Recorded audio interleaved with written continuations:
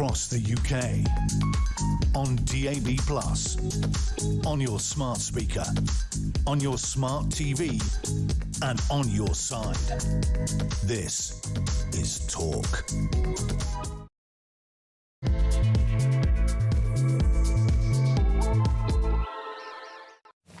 And good afternoon. Yes, welcome to the home of common sense. There's an awful lot to get through that. Unbelievable news from the comments you've been hearing from Julia. The breaking news that is emerging: a Sudanese male has been arrested on suspicion of attempted murder after a man was viciously attacked with a knife last night in Belfast. The victim has been left with significant injuries to his face, neck and back. His condition is being described as serious. If anything more happens on that, you'll hear it here first on Talk. Also this afternoon, one of the most highly respected business organisations in the land, the CBI, has warned that around 200,000 more Britons are on track to lose their job, and the UK economy is set to slow to a snail's pace. I thought this government were all about growth. We'll have more on that in just a moment. And a secret government report has revealed that terrorists, hostile states and criminal gangs have received more than 28 billion quid, of taxpayers' money, with billions going to organised crime and millions flowing to Russia and the Islamic State, while those responsible remain unpunished. Is there no end to the ineptitude of our political masters? Details on all of these stories to come, everything you need to know, all the breaking news right here on Talk. 0344 499 1000. There's very little that can be said on the attack in Belfast. There are, now clearly there's an arrest been made. Many takeaway points from it, of course. You'd have to be daft not to question integration and immigration when you realise what has happened here. I understand all of that, but of course we can't make any judgments. I do find it extraordinary that possibly one of the most brutal things you're likely to see online, and it joins a long list of brutal things you're likely to see online, is this. And there it is for anyone to see. And it's disturbing. This would have been the domain of the dark web not long ago. People would have paid money or had a secret passcode to watch something as dreadful as this awful knife attack. And even the imagery that we can show you has to be pixelated for obvious reasons.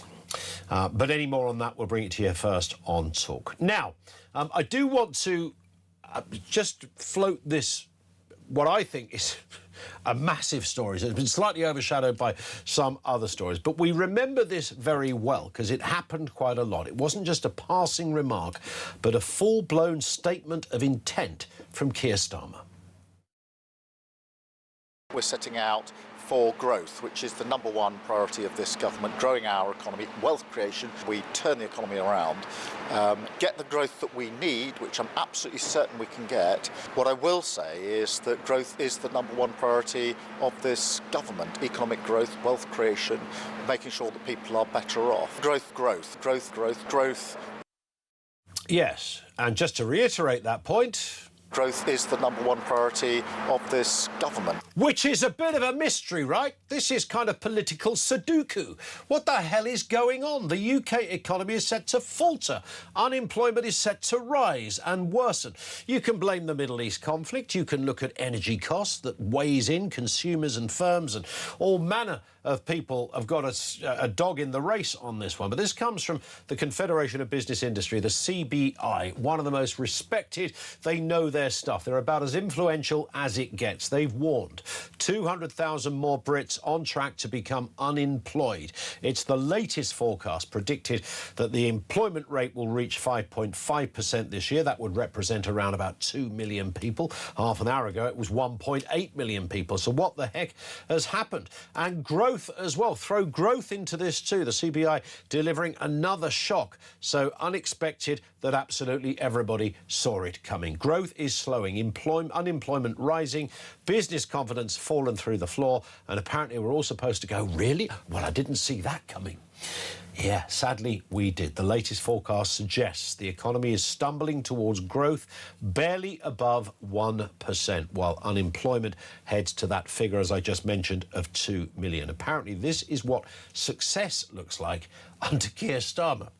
Of course, our political classes will respond in the traditional British way. They'll commission a report, they'll launch a consultation, and then they'll probably hold some kind of summit to look at the findings and then report back on the consultation from the summit of the findings. Meanwhile, businesses face higher costs, workers face fewer opportunities, investment continues to take its long holiday abroad. And the frustrating part of all of this is the solutions are hardly mysterious. If the political will existed,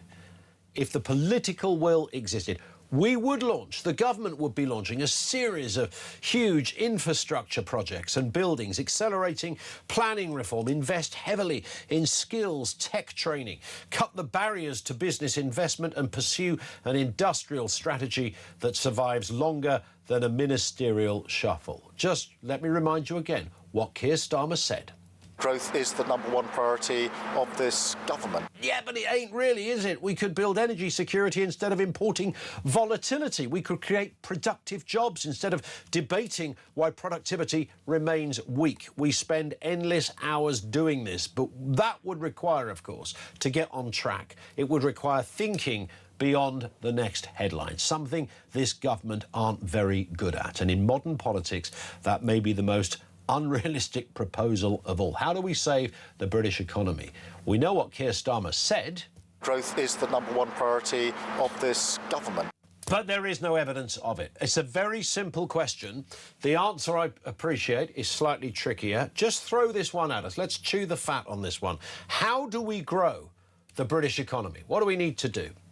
What are the first basic steps that this government is not listening to? I tell you that the most obvious thing is that you unleash business from the shackles of bureaucracy, rules, regs, high taxation and all that goes with it. That's got to be your first natural step, OK? Laissez-faire. The gates are open, guys. Off you go. Come and do some business. That's what you need to see. You don't need daft left-wing governments coming out with diktats all over the flipping show, almost on a weekly basis. You don't need Angela Rayner, although no longer in the cabinet, but very influential in the early days, proclaiming how to run a country. We don't need our Chancellor. There she stands there looking like Richard III, telling us exactly what the deal is when it comes to how to get the economy moving. These people are out of their depth. So forget them. I'm talking to you, whether you're a small business, whether you're a punter, whether you're a layman who watches this stuff and has a view. 0344 499 1000. Samara Gill is with us, talk reporter, to, of course, discuss the big stories of the day. We'll come back to the business one in a moment, Samara, because, of course, there's lots to be said on that, but it is worth a word before we start on this horrific attack in Belfast last night. The details, even just describing the details, is pretty too much information at this time of day. It's grim, it's upsetting, it's arguably one of the worst things we have seen, and it's thrown up an awful lot of questions about everything from immigration to those that carry knives and those that are willing to use it to attack. Absolutely. I mean, the video is so graphic that we can't even really show it on this channel, but it has been circulating online. Of course, we only know a couple of facts about this. We don't know everything. We know that a man in his 40s suffered injuries to his face, neck and back, and a man in his 30s was arrested on suspicion. And they actually got the nationality wrong, I think, in the original reporting, and now we've corrected it, and you corrected it at the start of the show. But there's a lot of misinformation being flung around online. You know, this morning I'm hearing, oh, it's a 70-year-old guy, it's an old man, it's a this and that. We don't know the immigration status, of course, of this person, but societal breakdown is something that has been an overarching theme of the news cycle this year, but really it seems like it's come to a head with the last few weeks. You know, when you've got stabbings, murders, even just today, a Manchester school has been put under lockdown because 3 students were stabbed. A schoolgirl has been arrested, interestingly, not the usual description of who's involved in these incidents, but it just seems like it's problem after problem, and violence is so rampant now, Ian.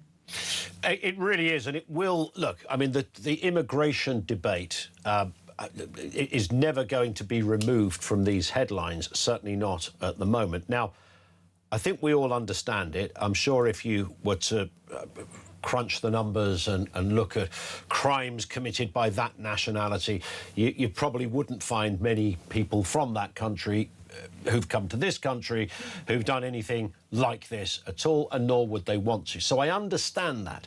But the argument also goes, well, you know, you just wouldn't import anybody who you didn't know who they were. Naturally, we don't know about this specific person, and all we know is that there's been an arrest at this stage and not a charge. So we have to kind of tread carefully. But it would be immature and ridiculous of me to suggest that that's not going to form at least part of the narrative around an attack as brutal as this. Totally. And, you know, they used to withhold this information quite a bit before Southport. And I think that was a real turning point for the way that governments, and especially our government, has to deal with this sort of news when a really, really horrific video comes out and people start making their own conclusions. I think it's only right that the public is privy to absolutely every detail as it comes to pass. Of course, stuff that wouldn't affect the case or obviously create problems. But you've got people like Nigel Farage and other politicians this morning calling for the details to be released as soon as possible.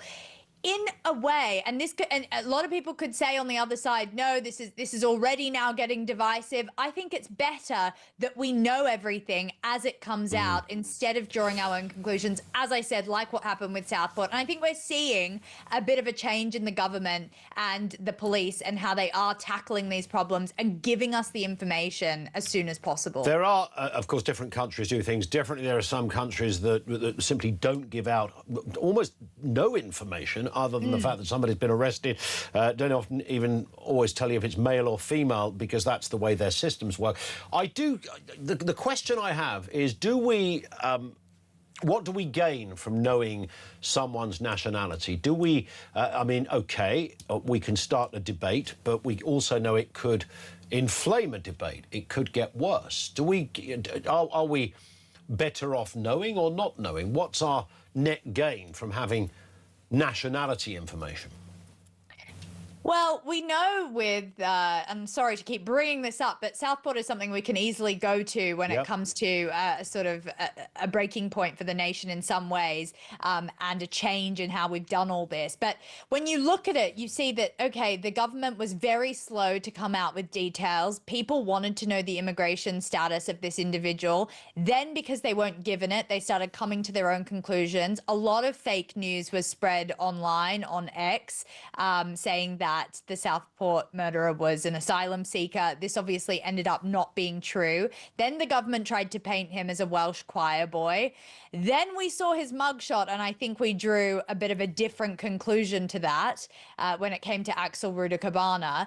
And of course, I'm not making any comparisons between this and Southport, but I think it is interesting to see how they're going to deal with it. I think it's always better to know. I think if it is an illegal migrant, then the community should know that, and we shouldn't worry too much about community tensions, because people are smart enough to be able to know where to draw the line. And if tensions are there, then the government needs to look at where they're actually coming from and go and tackle the root cause of that, not the reaction, in my opinion. 0344 499 1000. It is a deeply fascinating area about the information we get on people that have been arrested for these kind of crimes. Thoughts on that?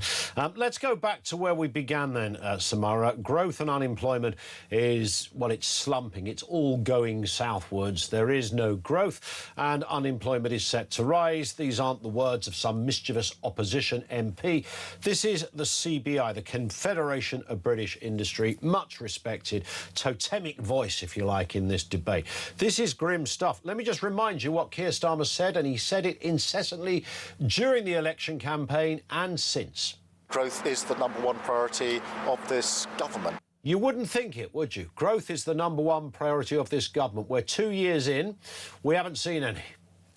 No, I mean, let me bring you the words of Pat McFadden, who is a Labour insider. I mean, he said in those leaked documents that we got last week, he said, it seems like we're just taxing people more in order to feed the benefits bill, something along those lines. You've also got Darren Jones, who, again, is a massive Labour insider, someone in the cabinet who said that he doesn't feel confidence in Rachel Reeves' budgets. So we know that even within the Labour Party, there is total distrust and a really horrible feeling to the way that Rachel puts these budgets together, the way that Keir Starmer executes them. I mean, the most commonly attributed quote to Winston Churchill is, "For a nation to try and tax itself into prosperity is like a man standing in a bucket and trying to lift himself up by the handle." And I think Churchill completely encapsulates how to grow an economy, and the Labour government encapsulates how not to. You know, it feels like we're on a treadmill where people are working harder, paying more tax, facing higher bills, and yet somehow we just never get any further ahead. We don't, and I don't know, well, I do know why. If you have a government that's got loads of people in it, none of whom have got any business experience at all, and their life has been either a professional kind of researcher for a previous MP or a human rights lawyer, and then you say, isn't it funny that the economy... It's not in their DNA, Samara. It's not in their gift. It's not, they don't feel it. There's no sort of tangible sense of, go get it, boy, you know, get out there and do so. It's just not there. And that will naturally, no matter how much theory they will argue they're applying to this, it's not in their blood. They have no philosophy that guides them on this. Totally. And it's interesting that, you know, you and I, we see the connection of, for example, what we've been talking about, community cohesion. Well, I'm really glad that you started your program on the economy, because that is the bedrock of all this. When people are feeling poorer, when people are out of work, they don't have jobs to do, they don't have anything to look forward to, there's no prosperity within the economy, they start to look to their neighbor and get deceitful and jealous. And I think that if the economy isn't working, then of course you're going to have riots on the street for other versions. People are going to look for those to blame. It's really, really interesting that Labour and Rachel Reeves especially and Starmer do not understand that. And you're right, but look at the facts. 2 million unemployed. You've got anemic growth. You know, the CBI's cut its growth forecasts to 0.9% in 2027. Sure. That's what it's looking like. It's barely above stagnation. Britain is not booming, and it's absolutely not open for business. You're right to focus on small businesses there who have totally been hammered by, first of all the tax rises, but also because of things like increasing the minimum wage for teenagers, younger workers that a lot of them rely on. Now they can't employ those sort of people. So it's a really, really big issue, and business confidence has absolutely fallen, and that's got a trickle-down effect. Yeah, spot on. Samara, stay with us. Samara Gill from Talk, our very own reporter. Thanks to her. We'll be back with more from Samara in just a couple of moments. 0344 499 1000. Comments, as ever, on anything we've talked about, we'll take those. In particular, how do we grow the British economy? What is it that there's quite a lot this government are missing?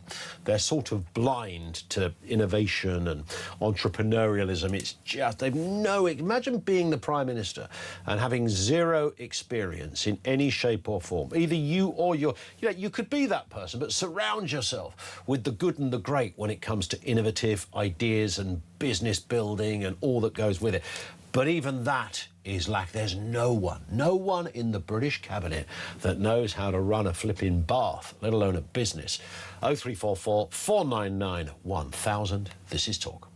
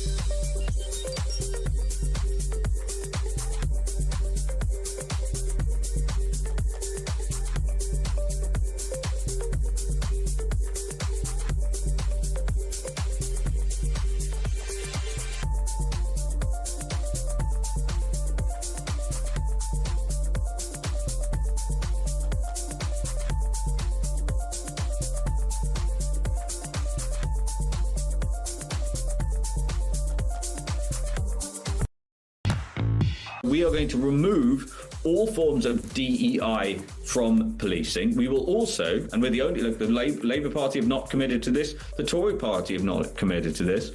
Reform are also taking the view that we would immediately ensure that nobody gets to carry deadly weapons on our streets unless you're law enforcement. So I don't care what religion you are. I don't care how ceremonial, in quotes, your dagger is. So you would not get to carry. There will be no religious exemption. Okay, so you would stop the Kirpan being carried.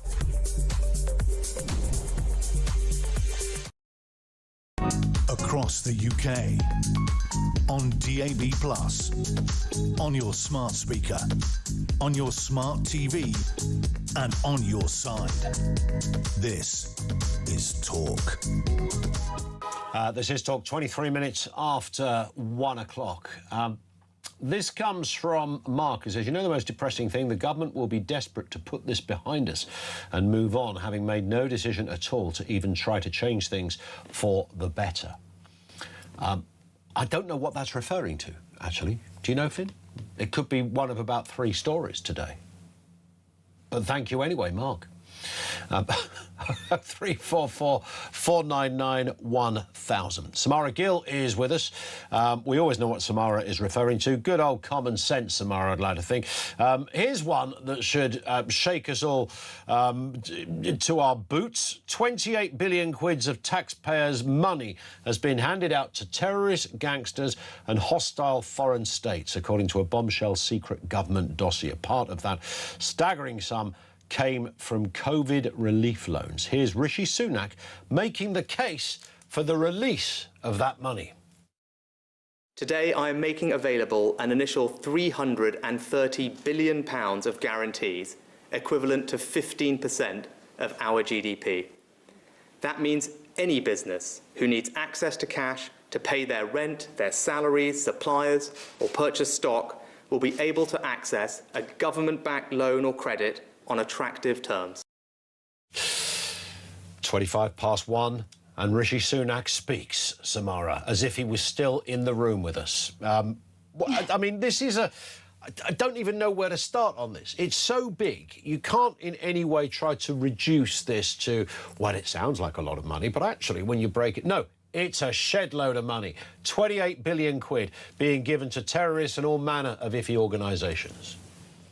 Absolutely. And also, just remind me never to wrong you or your team, Ian, because you're going to have a clip of me in the past saying something. You're on fire with the clips. It's true. It's great to have evidence of Rishi Sunak saying that and wanting to release things. It shows you just how mismanaged COVID was in general. I mean, we obviously had the inquiry, which at one point was costing us hundreds of thousands of pounds a day to even just get some really basic answers about about who was handed what and when. And just the abuse of power and the abuse of the system is something that I really hope consecutive governments learn from, but I'm not sure if they do. I think a situation like this is so revealing. You know, we know that, as you said, through grants, aid, COVID schemes, public programs, these funds allegedly, I mean, they all ended up in organized crime groups, to hostile states, to terrorist organizations. This is your taxpayer dollar. And the state government keeps saying there's no more money in the kitty. Well, turns out there was plenty. It's just being put into the wrong hands. It was. This is a great example of how COVID made politicians lose their mind. I love, you know, when I look online and I see sort of conspiracy theories about, you know, there was no COVID, it was all rigged and set up, and they all knew they were part of it. I mean, you haven't got to dive that deeply to realise how ridiculous that is, and how, by the way, how many people would have to have been involved in it, all telling porky pies.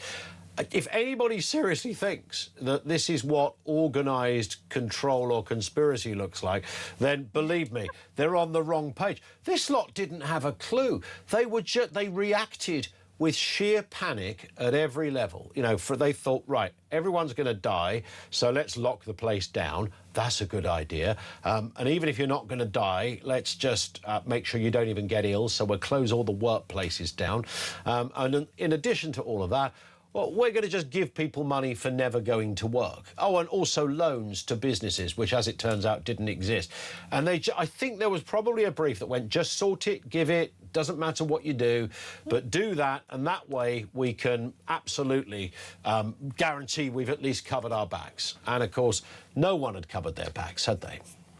No, I mean, the government can fine £28 billion for fraudsters, but pensioners are the ones having to count the pennies, and they're always told there's no money left in the bank for them. I mean, this isn't waste. This is a national embarrassment on an epic scale, Ian. I mean, the British state, they've become very good at collecting money, as we've spoken about previously, very good at taxing people to the hilt, but then remarkably bad at protecting it. You know, spending money on DEI schemes. You've got the Met Police spending over £5 million a year on DEI training courses. You've got hundreds of millions of pounds going into foreign aid to places like Afghanistan, Pakistan, Nigeria, again, where it could fall into hostile hands, but apparently that's okay. I mean, honestly, if this happened in the private sector, people would be going to prison. People would be investigated over something like this. £28 billion. Every day of the week you'd be going to jail for this kind of stuff. And whenever I talk to somebody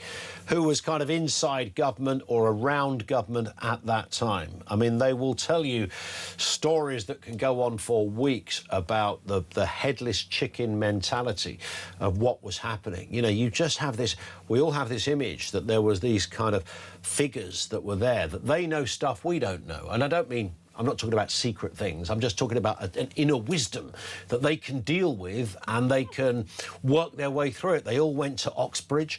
They've all got great jobs. They're sharper than the rest of us. So if anyone's going to work it out, it's these guys. And yet again, we are forced to draw that conclusion that governments are usually pretty bloody rubbish.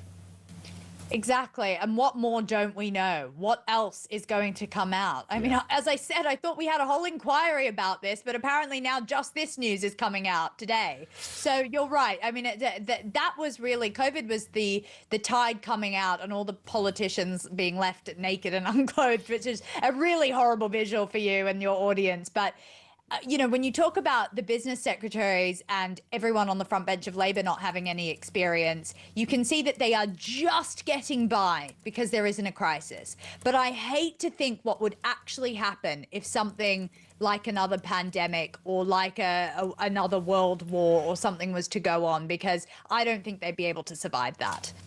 I don't think they'd be able to survive it either. Listen, great to have you with us, Samara. Always good to gauge your views on these things. Thank you, Samara Gill, talk reporter with us on the programme. 0344 499 1000. What are your thoughts on all of those stories, in particular the ineptitude of government when it comes to our economy? How do we get this thing back? How do we kind of recalibrate, put booster rockets onto the system so that at least we can start to see something, even if it didn't like grow in, for 6 months. You go, don't worry, because look at what they've put in place. Could you point to anything when you go, this government are amazing? It's like, it's like a load of Alan Sugars and James Dysons all put into one room. They're that good. Nobody can say that. I mean, the last lot were pretty ropey. I just mentioned COVID and their response to it. This lot are completely out of their depth when it comes to growth, understanding the needs, the requirements, the thirsts and the necessity of businesses, particularly small businesses. Small and medium enterprises are the backbone of this country. Yes, your Googles and your Amazons might be rather helpful to employ people en masse, but actually the cogwheels really turn with small businesses, whether you're cleaning windows, running a boutique, doing your own thing, whatever it happens to be, a chippy, a sparky, any of that. That's how this economy moves. We need more of it, not less of it. 0344 499 1000. How do we grow the British economy? Our lines are open. It's 1:30. This is Talk.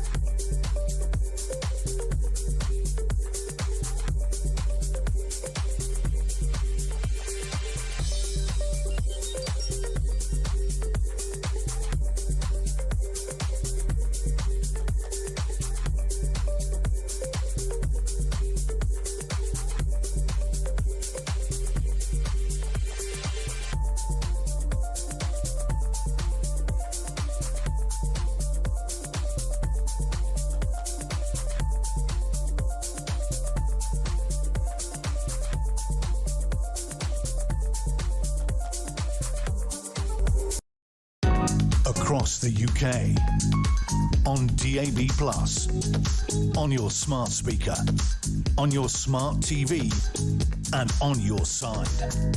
This is Talk.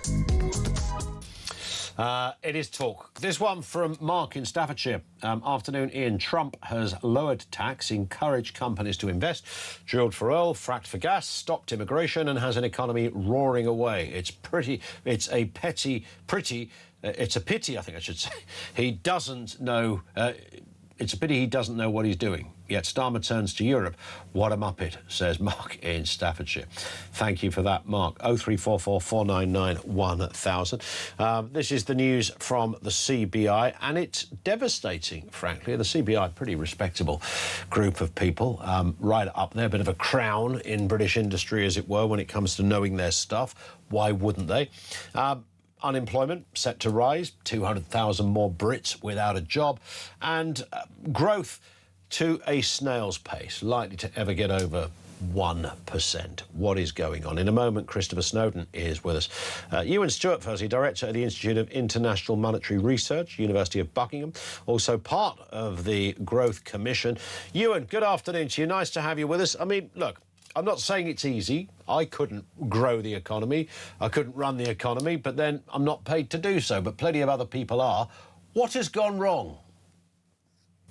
Well, how long have you got? Really, since the Industrial Revolution, Britain's GDP per head has grown about 2% per annum. But actually, that stopped about 15 years ago. And it stopped during the global financial crisis, and it's gone actually almost to zero, and that is unprecedented in the last 200 years. Yeah. And I think what it's been is a very slow unwinding. Government's got bigger and bigger, and it's crowded out the private sector. So in the last 20 years, the state was roughly a third of the economy. It's almost half the economy today. Taxation, as you'll be well aware, has risen very sharply. Energy prices are the highest in the world, and regulation, my goodness, regulation continues to increase. You know, the growth crisis is a crisis of government, and it's self-inflicted. You might think, I mean, the last point about regulation, look, I get it. We happen to have a government that aren't, that front bench is not full of entrepreneurs and those that are instinctively understanding of business, and I'm sure on a good day they would probably admit to that. But you'd like to think there's someone in there that knows what they're doing. The very least, however, that you'd think they would know is that regulation is the enemy of growth. And when I say regulation, I'm not talking about a total laissez-faire approach, but just backing off a little bit, giving wiggle room and breadth to small, medium, large businesses who can crack on without red tape strangling any scintilla of hope or growth in their own businesses and portfolios and ambitions. Surely a sixth form economics student knows that bit. You would think so, but in actual fact, they appear not to. They seem to want to centralise. They seem to think they know best. If you just take it back a stage, what is regulation? It's effectively saying the way that we think you should do it is better than the way that you know you should do it. Yeah. So it basically damages competition. It adds prices. And I was with a client of mine, actually, and we were talking about the fund management industry. And they were saying that something like 15% of their costs are regulation. That goes on people's bills, and that's one example. Industry after industry we've seen huge increases of regulation, and it's inflationary.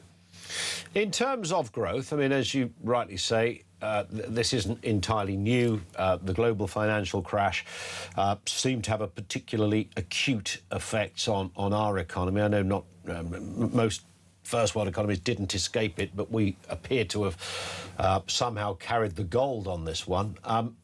So we can blame Starmer as much as we like. He did talk about growth a lot when he was electioneering and when he first came into office, but it does predate him.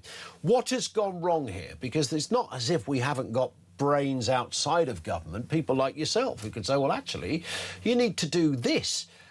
There's nobody doing this, it seems, Ewan. Yeah, that's a good point. I mean, this isn't a developed economy problem. There are many rich economies that are growing. America has been growing quite substantially. Canada, Australia. Look across the water, the Republic of Ireland. They've all done things differently. And what have they done differently? Well, there's subtly different approaches from different countries, but most of them have got much lower energy prices. And our energy prices is a matter of choice. It's a matter of net zero and regulation. We've chosen to do that. We've chosen to increase taxes more rapidly than any European country, with the exception of Greece, over the last 20 years.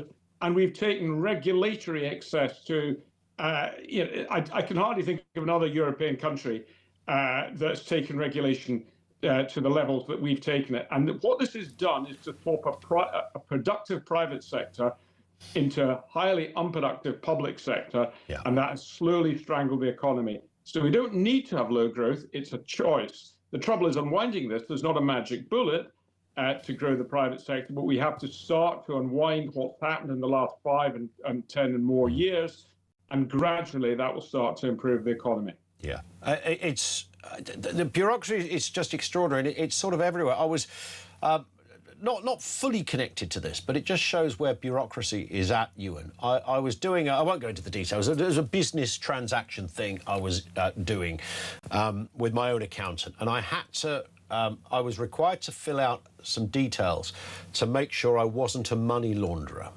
Now, I was told, don't worry. You know when somebody says, don't worry, it'll only take you a couple of minutes to fill it out? Straight away, there was a bit of a red flag there for me. And through this form comes, and I look at it, it's full of terminology. I could not, for 1 second, I had to then pass that back to the accountant to translate it and help me do it. On and on this went, probably about 30 different emails and phone calls just to try to get this thing sorted. And I said to the woman, how many of these do you do a year? And she said, oh, tens and tens of thousands. I said, how many money launderers have you caught? And she said, none. I thought, right, there you go. But for some reason, this lovely little layer of bureaucracy stood in the way of me and doing something really simple, no big money involved in this at all, but I had to fill out this form. If businesses are dealing with that kind of stuff, just that sort of thing, that feel, that sense that whatever way they turn, there's a form to fill out or a taxation waiting to happen? That's absolutely right. There's a real cost to this. You can see why the bang for the British buck is so low. So we spend about 50 or 60 billion on defence, for example, but the way that defence is procured, and much of that is down to regulation, is lamentable. Yeah. I mean, your listeners will be aware of how many ships we were able to send to Cyprus. I think it was none for the first week or two. Yes. It's the same with High Speed 2. There's a lot of studies that have been done to show how much it costs to build a mile of motorway in this country relative to France or Sweden or wherever it might be. And in many cases, it's 10 times. Sure. And much of this is down to regulation. Yeah. And, you know, we've got to start to unwind that. In actual fact, if it was my call, I would look to repeal each piece of legislation that has been enacted over the last 5 years with a presumption to repeal. Things worked better 5-10 years ago than they do now. Yeah. This regulation, it's basically been a logjam in our economy, and a very expensive one. Indeed. Ewan, thank you. Great to have you with us. Ewan Stewart, Director of the Institute of International Monetary Research from the University of Buckingham. Let's speak with Christopher Snowdon, Head of Lifestyle Economics at the EIEA. Nice to have you with us, Christopher. I don't think there'll be any lifestyle left in the average family, will there? Because nobody's got any money. No one's making any money. The economy is tanking, slowing to a nail's pace. More people are set to be unemployed. Is there any good news out there, Christopher? Not really, I'm afraid. I'd like to be able to give you some. It's not obvious to me there's any at all. The government is kind of blaming, and indeed the CBI is kind of blaming the rather gloomy predictions for the next year or so on Iran and the situation out there. I mean, I'm sure that will have an effect. Remains to be seen how much. Sure. But you can't blame Iran and America for what's happened over the course of the last 1 or 2 years. We've seen payroll employees fall by over 200,000. Unemployment's gone up from 4% when Labour took over to 5% now, is now projected to be 5.5%. And as your previous guest was saying, this really is down overwhelmingly to taxation and regulation. When it comes to unemployment in particular, the minimum wage, which has gone from 50% of the average wage to 2/3 of the average wage over the course of the last few years, and the increase in national insurance for employers. Obviously, these have had a big effect on how many people employers are prepared to or can employ. And the level of regulation across the board, whether it's on net zero stuff or for DEI or all the rest of it, this is not stuff that's focused on growth, right? That's the big lie, that the government is focused on growth. It wants growth, of course. All governments want growth. But when push comes to shove, if you look at what the government actually does, what legislation is actually passing, it implicitly, at least, economic growth is not the priority. It's nowhere near the priority. The priority are things like climate change and the environment and diversity and equality and all these other things, which have their merits, but don't pretend that you're all about growth when you're quite happy to sacrifice growth for these other political goals. And what I find criminal, frankly, Christopher, is, and I appreciate this is a left-wing government, so their heart's not really in it, but even allowing for that, you'd think, hang on, these people had 14 years where they were sniping from the wings. Keir Starmer was leader of the opposition for I think 5-6 years before he became Prime Minister. They had a lot of time to come up with a plan. They had a lot of time to speak to people who knew and listen to what was being said from those who were at the coalface of these problems. You might think, even allowing for their occasional Marxist instincts, that they might somewhere along the line have gone, hey, bang, and unleashed a growth package, the likes of which the Western world had never seen. They arrived in numbers 10 and 11 Downing Street in July 2024 with nothing. Not a plan, not a clue. That's more than tragic. It is criminal. Yeah, but I mean, the previous 14 years were not exactly boom time either. Growth was very feeble. Which is rather my point. These guys could have, they watched that happen. They could have gone, hey, we've got the answer.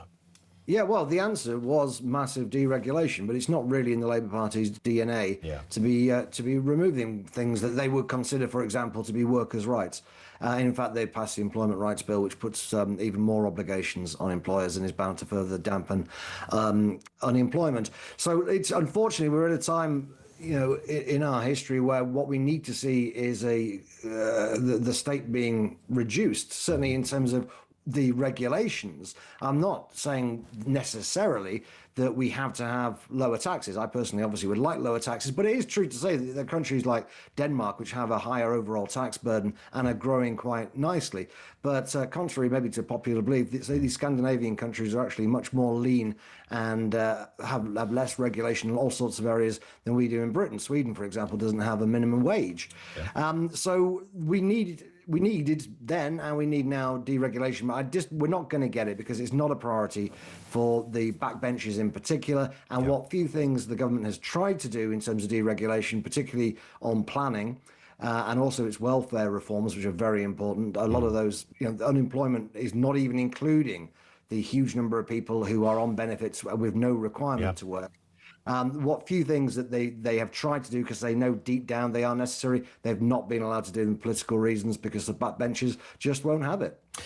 Spot on. Christopher, thank you. And that last, Christopher Snowden, that is head of lifestyle at the IEA, thank you to him. I think on that last point as well, the backbenchers won't have it. Labour backbenchers in particular, in this case, we've seen it with the, as Chris just alluded to, the attempt at reforming welfare. Not even really reforming welfare, just reforming the percentage of increase in welfare. Even that they couldn't stomach. These people look at businesses in the same way that the rest of us look at terrorists, as an example. They can't see, all they see is bad people, greedy people, people who want to exploit the worker. That's what they see. We've seen it with landlords, we've seen it all over the place. They are not cut out to do it, but I still, it's mysterious, isn't it? Starmer had all that time going, we could win this election.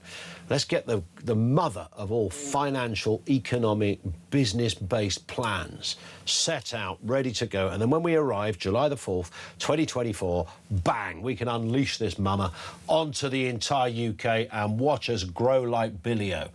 Absolutely nothing. Nathan is in Exeter. Nathan, what have you got for us? Afternoon to you. Hi, Ian. How are you doing? I'm good, thanks. Good. Well, I mean, for me, I think one of the biggest things that's basically happened, we're all very aware that obviously taxation has gone through the roof in the last year, and that has had a significant impact, certainly within my hairdressing salon.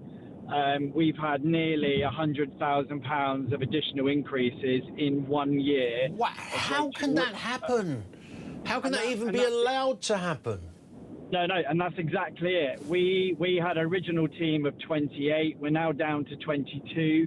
And that's when people have left. We haven't re-employed because of the cost of employing people. Now, my profession has ultimately gone from being pretty much probably 50-50 self-employed versus employed. And it's now running at 83% self-employed because hairdressers just can't, or hairdressing salons can't afford to employ people. So this is a massive impact. So for me, one of the biggest things is VAT.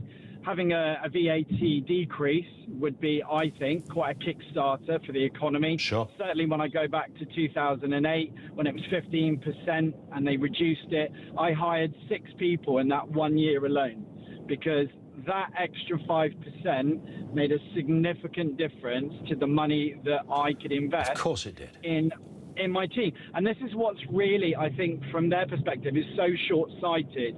They seem to think that independent businesses, basically, when they earn more money or they create more profit, they just want to spend it. They don't. All we want to do is we want to be able to earn good money that we can then invest. We can grow, we can expand, we can do all those things. That's what entrepreneurial spirit That's what it's meant to be. I've had my business for nearly 30 years. Wow. And, the point is that we've continued to grow and we want to keep growing. Nobody wants to sit still. Fact. Tell me this, Nathan. You mentioned the 100,000 quid's worth of extra costs. What does that? We've got to be slightly brief, but what does it look like? What's that down to in particular? So NI was the biggest thing because what it did for us was reducing that threshold brought every single employee in my salon in additional tax. So that was massive. So NI huge, minimum wage huge. Again, same thing because we're a young business. So ultimately, those increases have basically doubled. And when you look at that, that's my profit. 100,000 is my profit in my business. And that's the money that we would use to invest. So huge. Unbelievable. And then you can look at all the other things like you spoke about earlier, energy costs, etc., etc. So they need to be pro-business because they're going to get more reduced taxes. You're going to have higher tax receipts. Simple. It is, yes, it is quite simple, isn't it, when you put it like that? And I know it still means you have to put the graft in, and you're not worried about putting the graft in because most business owners do. Listen, Nathan, great first-time call as well. Good to speak. Thank you, and good luck with everything. And I hope there's some common sense that comes from a government or a department somewhere that actually gives some relief. And I think Nathan's story there would be replicated right across the country. If you're a small business owner, I'm sure you can probably tell a very similar story. 0344 499 1000. 10 to 2. We are expecting a speech from Assistant Chief Constable Ryan Henderson on the Belfast attack soon. So when that comes, we will bring it to you right here on Talk.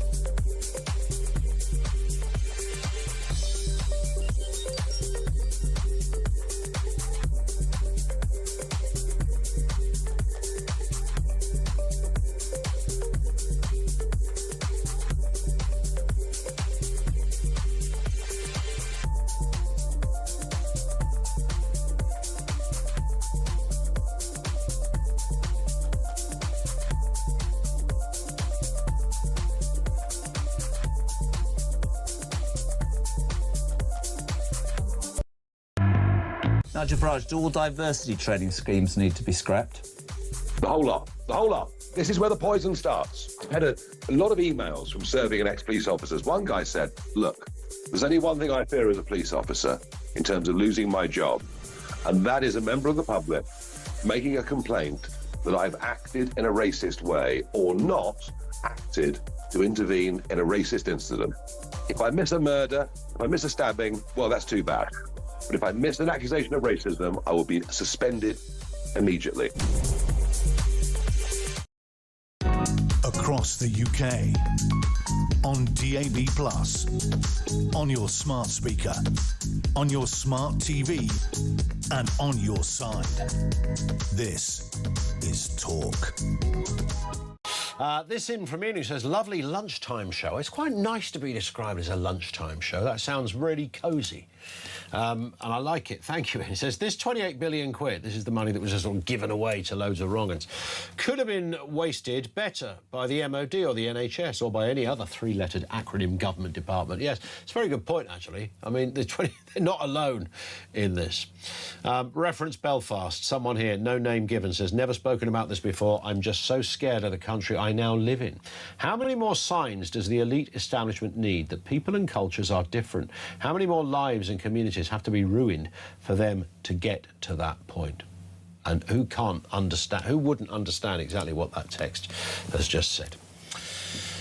5 to 2, back to the economy. Matt is in Cheshire. What have you got for us, Matt? Good afternoon. Hi, very good afternoon, Ian. I've got, on the question of the day, I've got a list of things. Yeah. Never vote Labour again and destroy them. Mass deportations and end benefits and housing for foreigners and non-Brits. Create an industrial strategy to make top-quality British products, as we did for decades, and make the Union flag a sign of quality. Encourage young people to learn skills useful to vital infrastructure projects and trades for top-quality workmanship. Encourage and help small businesses. make Britain clean, spotless, neat and tidy to encourage wealthy tourists from civilized nations to come here, as they likely now do not due to mass immigration. Make use of the thousands of historical and interesting places Britain has to visit by making them attractive to tourists with world-class hotels, chalets and B&Bs. And finally, all of this more or less existed once and is the fault of Labour and the Conservatives. Spot on. I mean, it really is the fault of both. And you would think, again, I'm going to sound like a stuck record here, Matt, but, you know, a government might just come along and if nothing else, they would try to set a positive picture. And of course, what they're rubbish at doing, I mean, they haven't set a positive picture. So they're not even lying about it and saying, look, look, it's a great place to be. If you started by showing, you know, confidence is key, right? Every time, you know, we know that the enemy of growth is a lack of confidence. And once that's out there, then the whole thing takes a miserable dive south because the atmosphere responds to that. If they think no one's buying or no one's got any money, then it becomes a sort of self-fulfilling prophecy in that respect. Why don't the Labour government talk in a big... I mean, they wouldn't do it because it's not in their blood, but talk about ending the $6 million a day that is being spent on asylum hotels, to talk about having a social cohesion plan, to talk about positivity in the lifestyles of Brits. But that would be a start, right? You'd at least go, OK, there's a picture here I'm seeing. Their ideology won't allow them to admit they've done anything wrong here, and they just would rather plough on and make everything worse.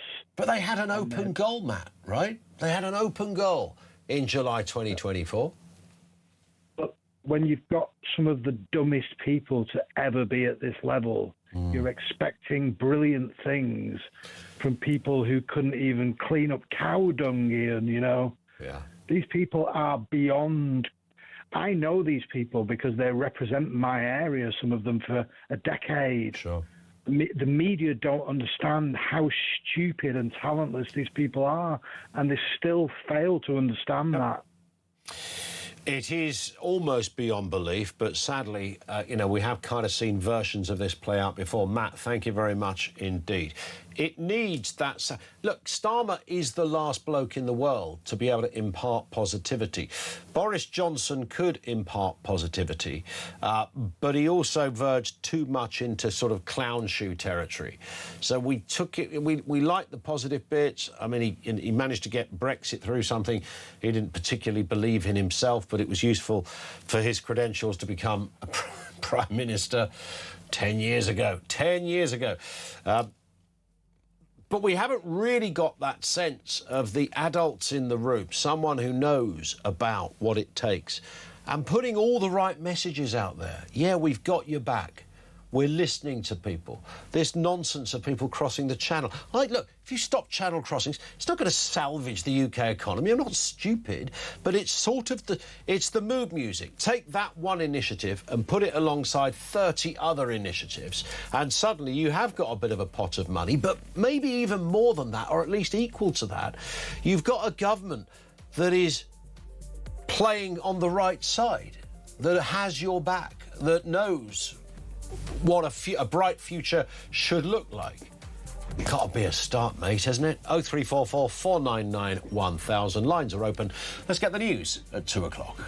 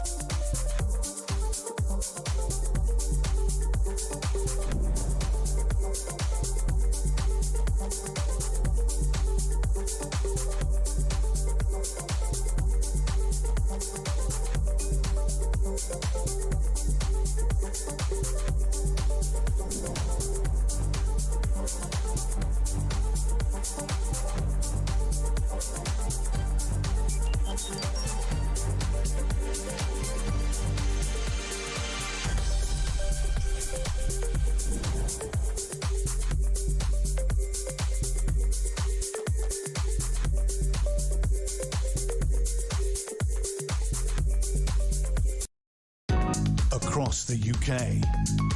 On DAB+, on your smart speaker, on your smart TV, and on your side.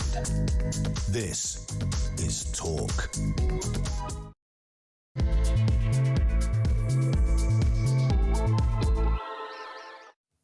And good afternoon. Yes, welcome back. Home of Common Sense. Lots to get through, of course, awaiting a speech from the Assistant Chief Constable Ryan Henderson on the Belfast attack. We know a Sudanese male has been arrested on suspicion of attempted murder after a man was viciously attacked with a knife last night in Belfast. The moving images of it all over the internet, of course, are harrowing, and I wouldn't advise anybody who's considering looking at that. The victim has been left with significant injuries to his face, neck and back. His condition described as serious. So when we hear from the Assistant Chief Constable, we'll bring you that here on Talk. Also this afternoon, one of the most highly respected business organisations, the CBI, has warned that around 200,000 more Brits are on track to lose their jobs and the UK economic pace will slow right down. I thought this government were all about growth. Do you remember they told us all about the growth, all about the growth? Apparently not. How do we get the British economy actually moving? And that secret government report, not so secret any longer, that has revealed that terrorist, hostile states and criminal gangs have received more than £28 billion of taxpayers' money, with billions going to organised crime and millions flowing to Russia and Islamic State. I mean, this is beyond satire, kids. Those responsible, of course, remain completely unpunished. I don't know who was doing the job back then. What I do know is that during COVID, like, the amount of money that was dished out willy-nilly, good Lord, there was almost no criteria.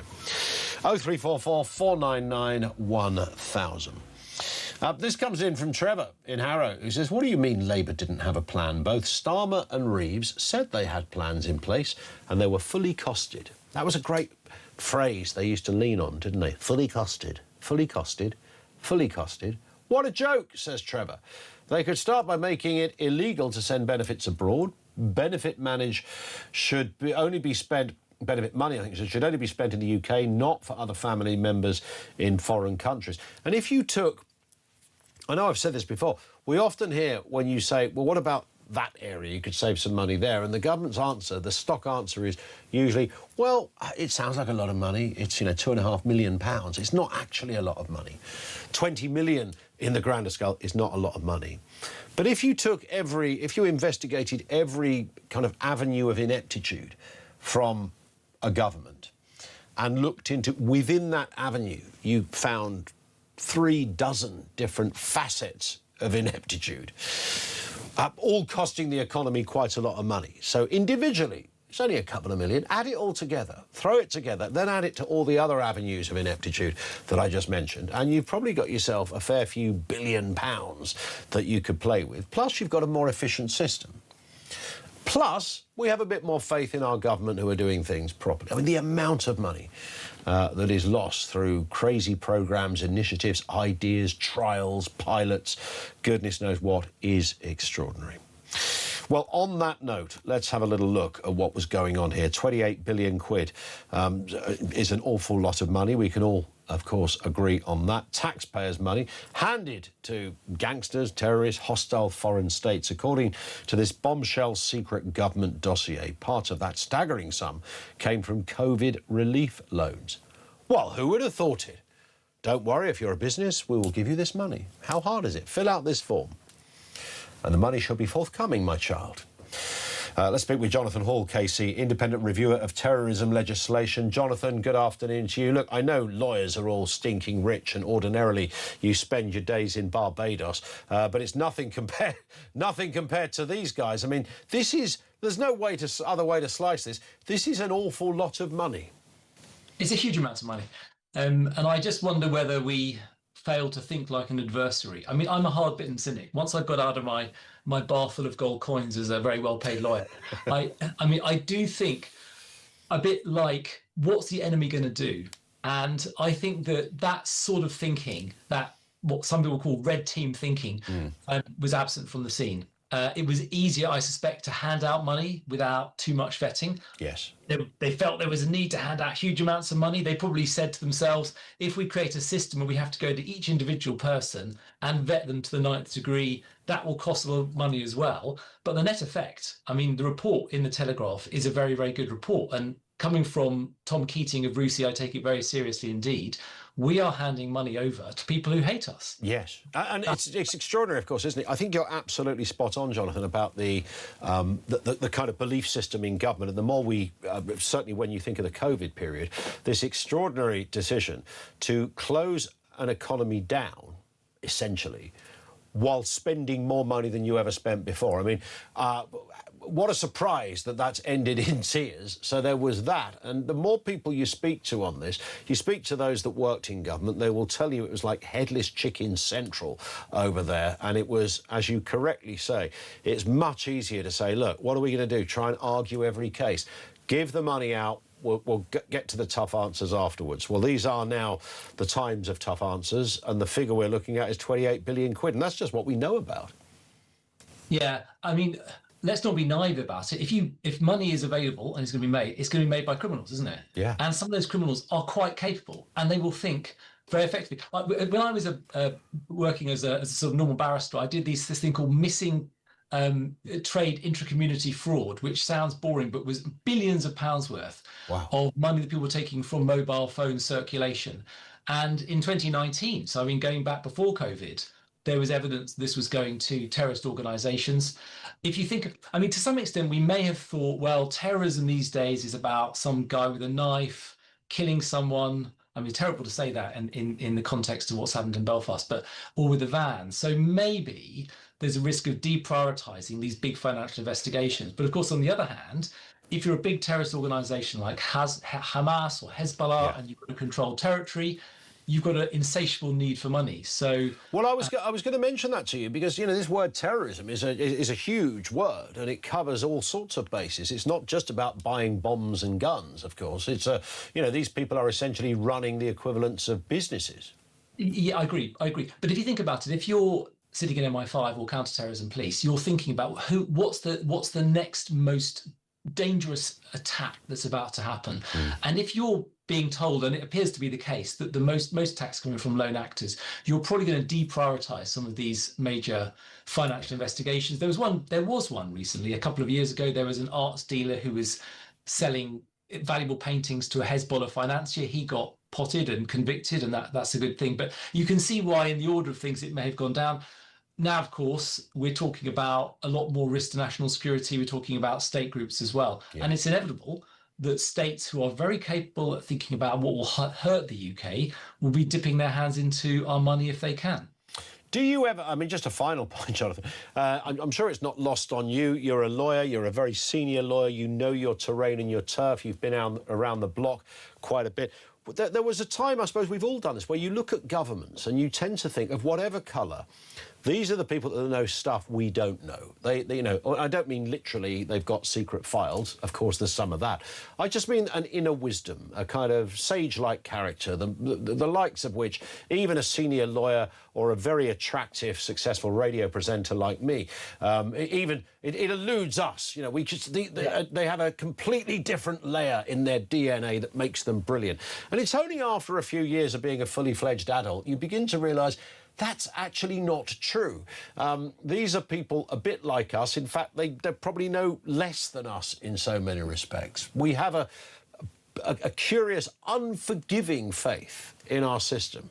Yes, I think I would agree entirely with that, but I would also add to that, don't believe in the conspiracy theory. Generally, it's a cock-up. Generally, it's a failure of analysis. People using woolly language like issues or concerns, rather than spelling it out. This person has carried out an attack. This person is a dangerous terrorist. This person's got it. So I think precision with language is important. The other thing I'll just add to this is that in government, you've got lots of different departments. You've got the departments that I work with, which you might call the sort of security-minded departments like the Home Office. But then you've got other departments which you might call sort of civilian departments like education and health. I think what we begin to realise is that those civilian departments actually are in the front line as well. Yeah. because they're giving out the money that can be used against us. That's a very good point. Finally, Jonathan, I'm bound to ask you this. We know, and you alluded to it at the beginning, this horrendous attack in Belfast. Of course, an arrest has been made. There is no suggestion as we sit here at 12 minutes after 2 that this is a terrorist attack. But run through, if you could, just briefly, what will be happening now? Because for those who've seen this video, and I wouldn't advise anybody to look at it, it's pretty darn bleak. It's almost up there as one of the worst things you could really look at. So the motives and all the rest of it yet to be established. What will police be doing? And obviously this is a sensitive area because of its history. Yeah. What's the protocol in terms of the background as we speak? What's going on? They'll be looking for electronic media. I mean, that's often the repository. Has someone been saying something on their phone? Have they issued, a manifesto? Now, the really interesting thing here, if I can just add this, it really interests me that no one is really talking about terrorism in relation to this case. And that suggests to me that after Southport, the public have now priced in the possibility of non-ideological violence. And I don't know, maybe it will turn out to be some Al-Qaeda guy, I don't know. But that's really interesting to me. And I think that the public has probably shifted a bit. And they've understood something which the police have also seen, which is people are now using violence for other reasons, maybe simply because they're obsessed with violence. I think that's quite interesting. But behind the scenes, they'll be looking at, who is he, devices, etc. But devices tend to be the really important one. Yeah, yes, I guess that's almost the gold standard of evidence these days, isn't it, in terms of the tracing your footprint, where you've been, who you're talking to, etc. Well, exactly. And typically people who are terrorists will have terrorist manuals on there or encouraging material. If they've gone down the online rabbit hole, there'll be plenty of indications about what they've become obsessed about. But yeah, that's all speculation. I've got no idea in relation to this case. Well, we'll see. We are awaiting a comment from the Assistant Chief Constable. Meantime, Jonathan, thank you, sir, for your time. Really good to speak. Jonathan Hall, KC, independent reviewer of terrorism legislation, talking initially there about something completely different, but interesting to see how this pans out. Terrorists, or those commit acts of, we get into that sort of definition of what is terrorism, and of course it will always be argued that attacks of such horrendous violence, there is a terrorist component to it, but terrorist as in affiliation to a group or a campaign or a political endeavour in some respects is how we tend to see terrorism. And I think what Jonathan just said there was interesting. We are seeing, and this is not just peculiar in this country but elsewhere, people carrying out acts that could be seen as terror. That sort of thing that you would see ISIS carry out, but actually are not affiliated to any kind of cause. It's a sort of an inner barbarism where that's now become... the American school shooters are often described in that kind of way, although I think it's slightly misplaced in some respects. But you're not representing either a faith or a certain religious ideology or some other political group or organisation. You are just lethal and angry, and you don't much care what happens to you. That's a very tricky combination to try and deal with, and we are perhaps seeing more of that. If you look at Southport and the kind of stuff he had going on, I think he had an Al-Qaeda training manual. He also had a disproportionate collection of school shooting videos, which was another area of fascination, almost any form of violence. 0344 499 1000. But we await that statement from the police. Let's talk to Richard on this point down there in London. Richard, what have you got for us? What are your thoughts? Hey, it was good to speak to you. I mean, it's a couple of things occurred to me. I mean, it's Vance got some criticism yesterday for what he said over the weekend, but I think the problem, as the events today just seem to show us, is that actually the problem here is that the truth hurts, and we do have serious problems. I think we've known this for some time. You and I have discussed this. It's interesting that I see a Sikh organisation has called for a statutory inquiry into what happened after the Henry Nowak case, and I think that's because obviously that they've made the point that Sikhs have been subjected to assaults over the last week or so. As a result of this, yeah. And I think that the thing here, Ian, I think the failure from the politicians and actually from people like Dan Hodges, who really yesterday just sort of laid into Vance, is that 2 years ago, actually, Kemi Badenoch actually made the right call after Southport by saying that we needed we needed a commission or an inquiry into integration. Now, she didn't make that call. She's not made that call recently, and frankly, no one else has either. But this is becoming more and more urgent. But what do we? I know this is an uncomfortable question for some people, because there is a view that, like, you know, if you've come from particularly what are commonly called third world countries, and you come to this country, then the suggestion is that you have different standards. Your idea of what is okay are so distinctly different that they become rather dangerous, and your propensity to violence, if you're already a violent person, will accelerate greater than somebody who's not from that part of it. So that's broadly what you might call the stereotype, or whatever you like. But then how do we deal with that? Because, like, the Sikh guy was British born. I don't know whereabouts his family originate from, but does that mean... I mean, the only way you'd legislate for all of this is that no one was ever allowed to live here from another country. No, I mean, I think this is. I think this is why we need a more in-depth approach to it, because what someone like Vance is saying is that Britain is having the sorts of problems that, for instance, Poland is not having, because we've had decades of politicians from the left effectively in trying to make a new country. I mean, it's inconceivable in somewhere like Poland, for instance, that you'd have a Human Rights Act where people could literally rock up, and the courts inside the country are always on the side of the person trying to get into Poland. I mean, that's completely inconceivable. It's inconceivable in most Eastern European countries. But there would be rules that Poland would have to go by, because they're part of the EU, so they are governed to some degree by some of the stuff we're governed by. Well, clearly not to the same. I think you can see what I'm driving at. What I'm driving at here is that we have had a move from the left in order to create a different sort of society. I think this creates tensions. I'm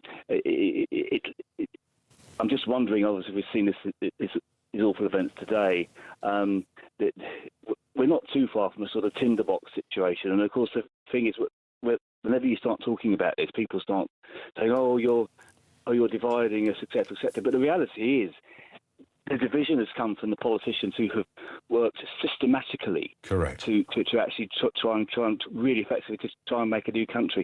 And I think the important thing is, obviously we can't turn the clock back, but I think we need to just, frankly, Ian, own up to just how difficult these questions are going to be. Because, I mean, we have a political party, we have the left. They have created this. You know, in a way, the idea that they're sort of getting on a high horse saying, oh, you mustn't say anything, you're dividing us. No, the divisions have come entirely from them. Yes, they've created this division, and the idea that, you know, you would have any kind of pecking order of immigration to some of those politicians is completely not just offensive. I mean, it's almost criminal that you'd make that suggestion. That's how they would say it. Richard, I've got to move just because of time, but a really thought-provoking set of points from Richard down in London.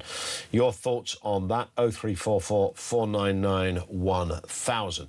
Our lines are open. Lots more still to come. That press conference was certainly a speech from Assistant Chief Constable Ryan Henderson on the Belfast attack is imminent.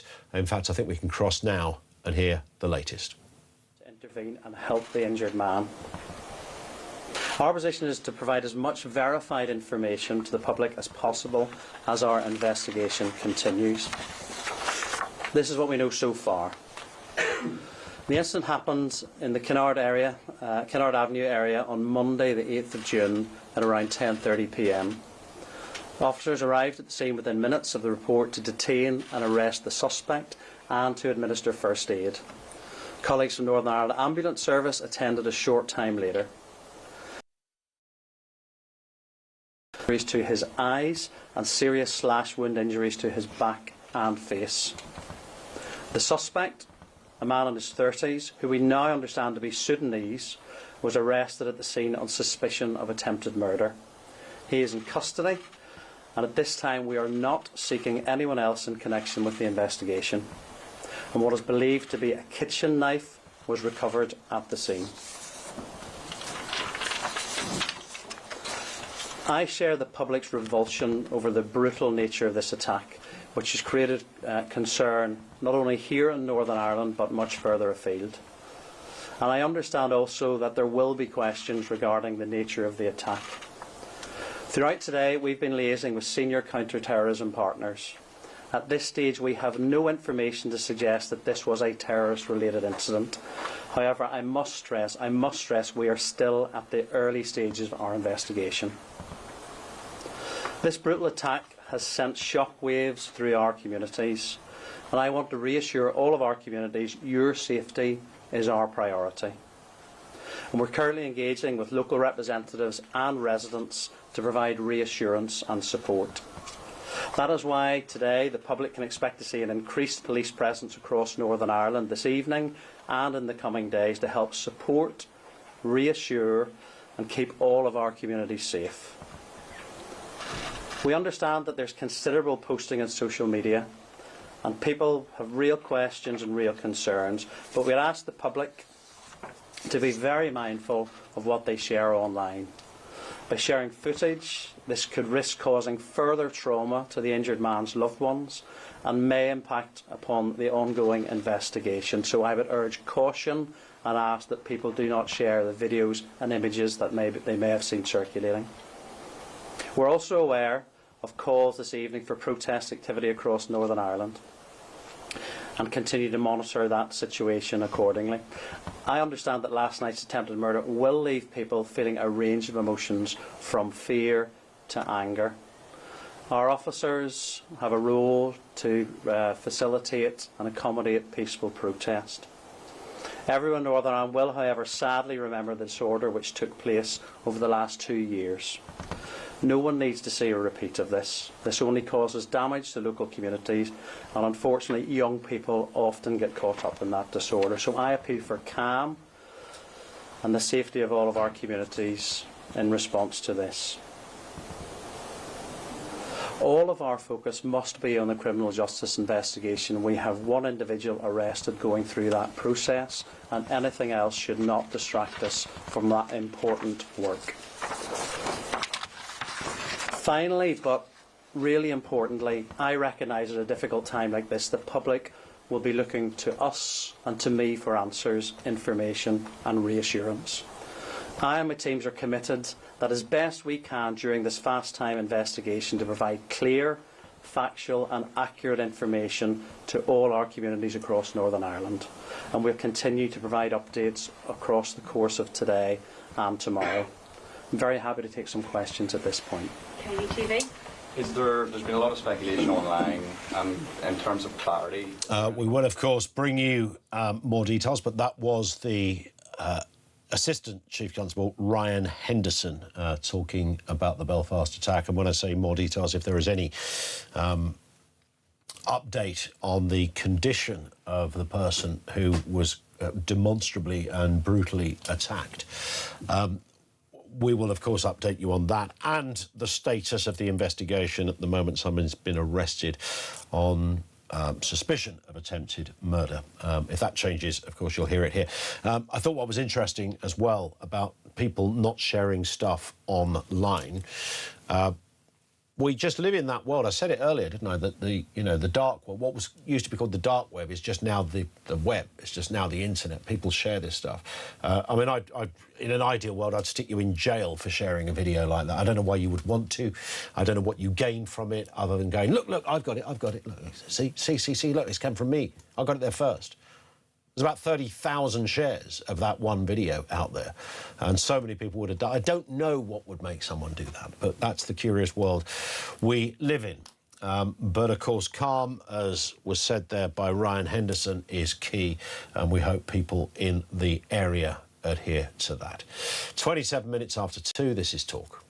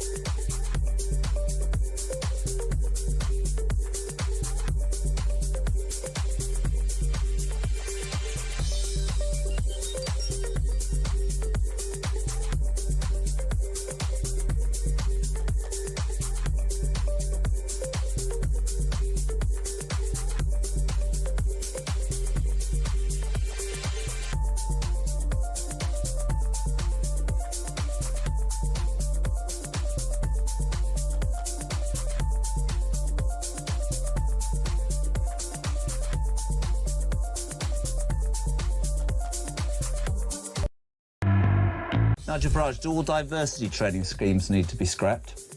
The whole lot. The whole lot. This is where the poison starts. I had a lot of emails from serving and ex-police officers. One guy said, look, there's only one thing I fear as a police officer in terms of losing my job, and that is a member of the public making a complaint that I've acted in a racist way or not acted to intervene in a racist incident. If I miss a murder, if I miss a stabbing, well, that's too bad. But if I miss an accusation of racism, I will be suspended immediately. Across the UK, on DAB+, on your smart speaker, on your smart TV, and on your side.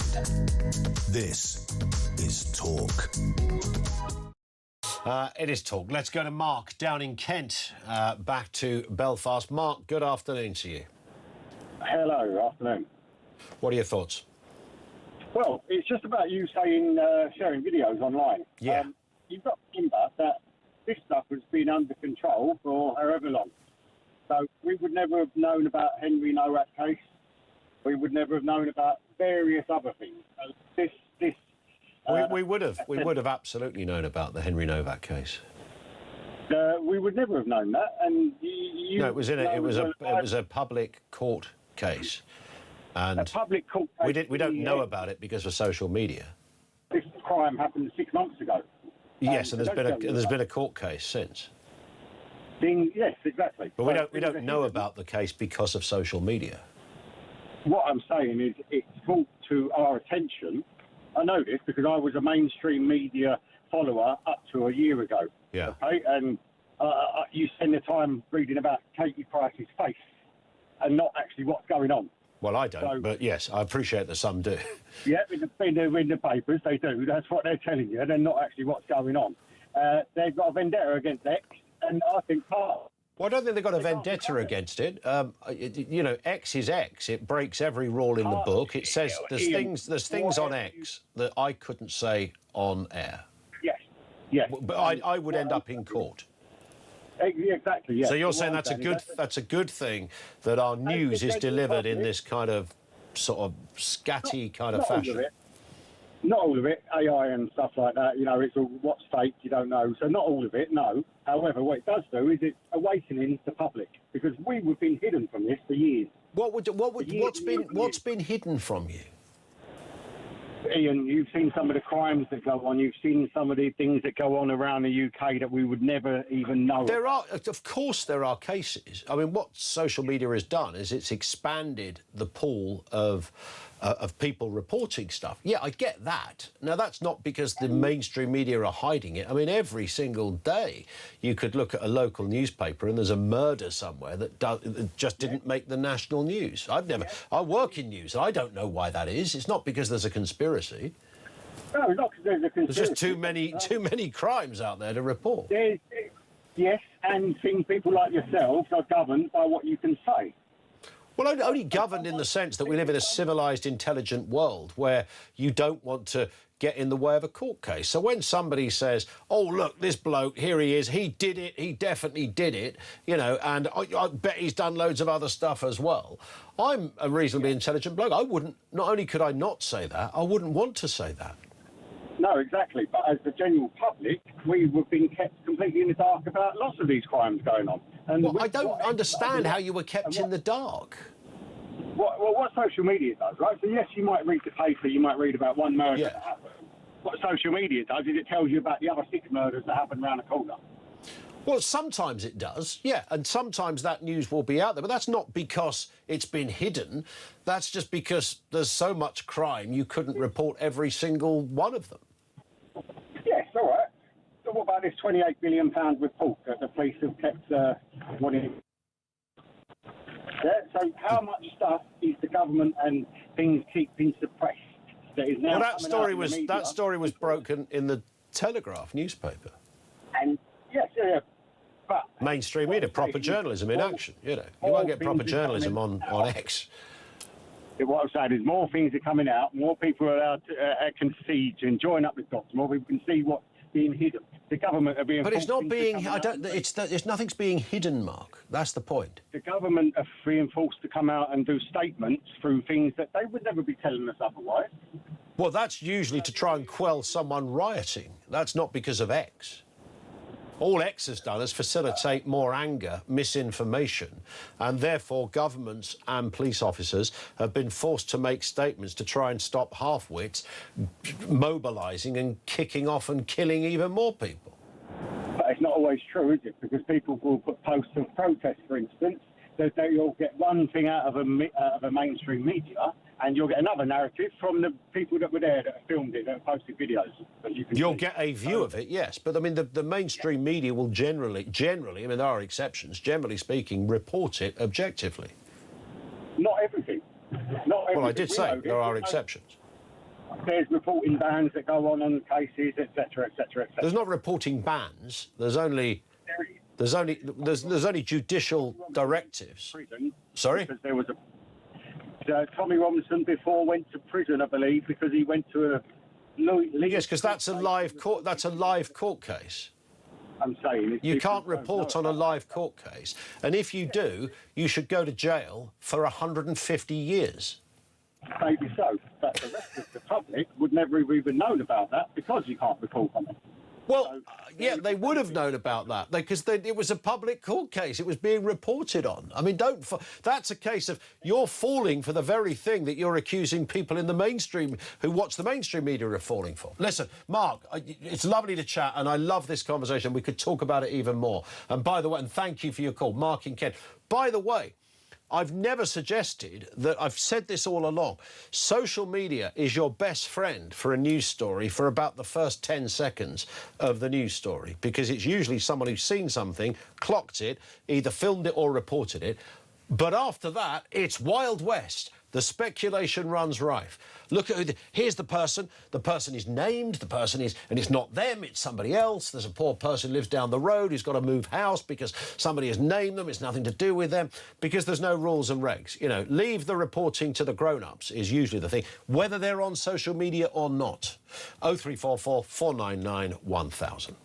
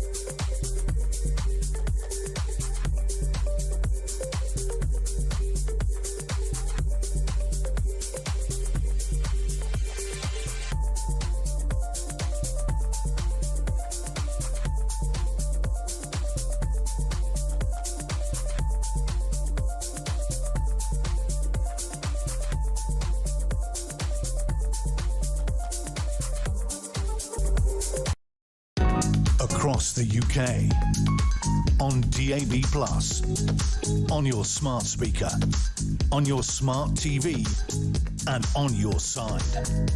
This is Talk.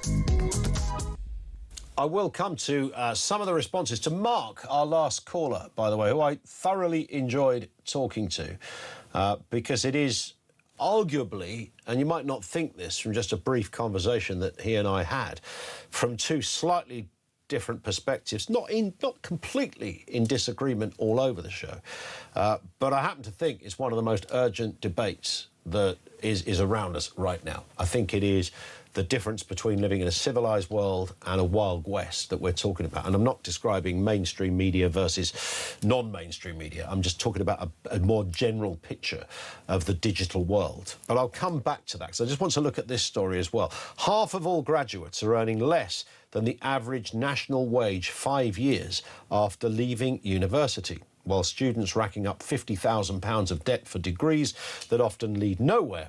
Have Britain's universities become little more than a debt trap? We have talked around this subject many times. Here's what appears to be some firm data on this. Martin Birchall is Managing Director of High Flyers Research and Editor of the Times Top 100 Graduate Employers Guide. Martin, afternoon to you. I mean, it's sort of, there's a little bit of this of tell us something we didn't know, right? I mean, I say that kindly to journalists who do the work. I'm talking about the plight, if you like, of being a student these days. It's fraught with danger. Landmines all over the place. You bet. Good afternoon, Ian. Yes, we've been researching the graduate job market now for over 30 years. And when we started, the number of school leavers who went on to university was around 1 in 5. Now, of course, half of all sixth formers choose to go on to university. So the supply of graduates, the number of students at university, that has gone through the roof over those last 3 decades, literally more than doubled in that time. And it means that there simply aren't enough graduate jobs to go around. Employment hasn't kept pace with that. I mean, we've tracked how many vacancies are available for graduates. We think there's about 400,000 UK graduates coming out of university this summer. We're struggling to find even 180,000 graduate level positions for them. So less than half are going to get a graduate job at the end of their studies. And as you quite rightly said, upwards of £50,000 worth of debt for many students. And we just interviewed 15,500 students who are graduating this summer. On average, their parents have paid £19,000 per student to keep them at university in addition to their debts. Wow. So for a 3-year course, it's not unusual now to be costing around £60,000. So we are forced to ask some obvious questions, I suppose, at the end of this, Martin. I mean, how, what does the data say in terms of was it all worth it? Okay, so there's 2 ways of looking at it. We check to see, from our national survey, we look at how final year students are doing just before they leave university.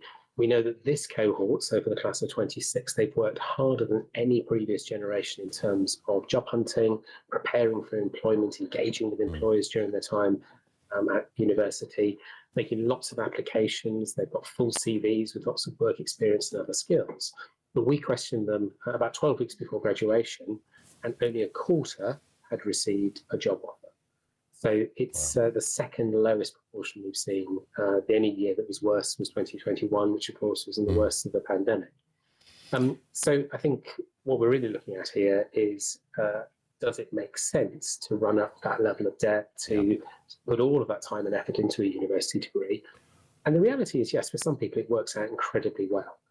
But it isn't a decision that anybody should take lightly. And there are plenty of other alternatives, but they're not well publicised either at school or college. Sure. So it could be an apprenticeship, it could be a degree apprenticeship, ways into employment, and perhaps most relevantly, earn as you learn. So a degree apprenticeship, for example, you'll be earning upwards of £100,000 over a 4-year experience with a guaranteed job at the end. A very different outcome to a traditional university experience.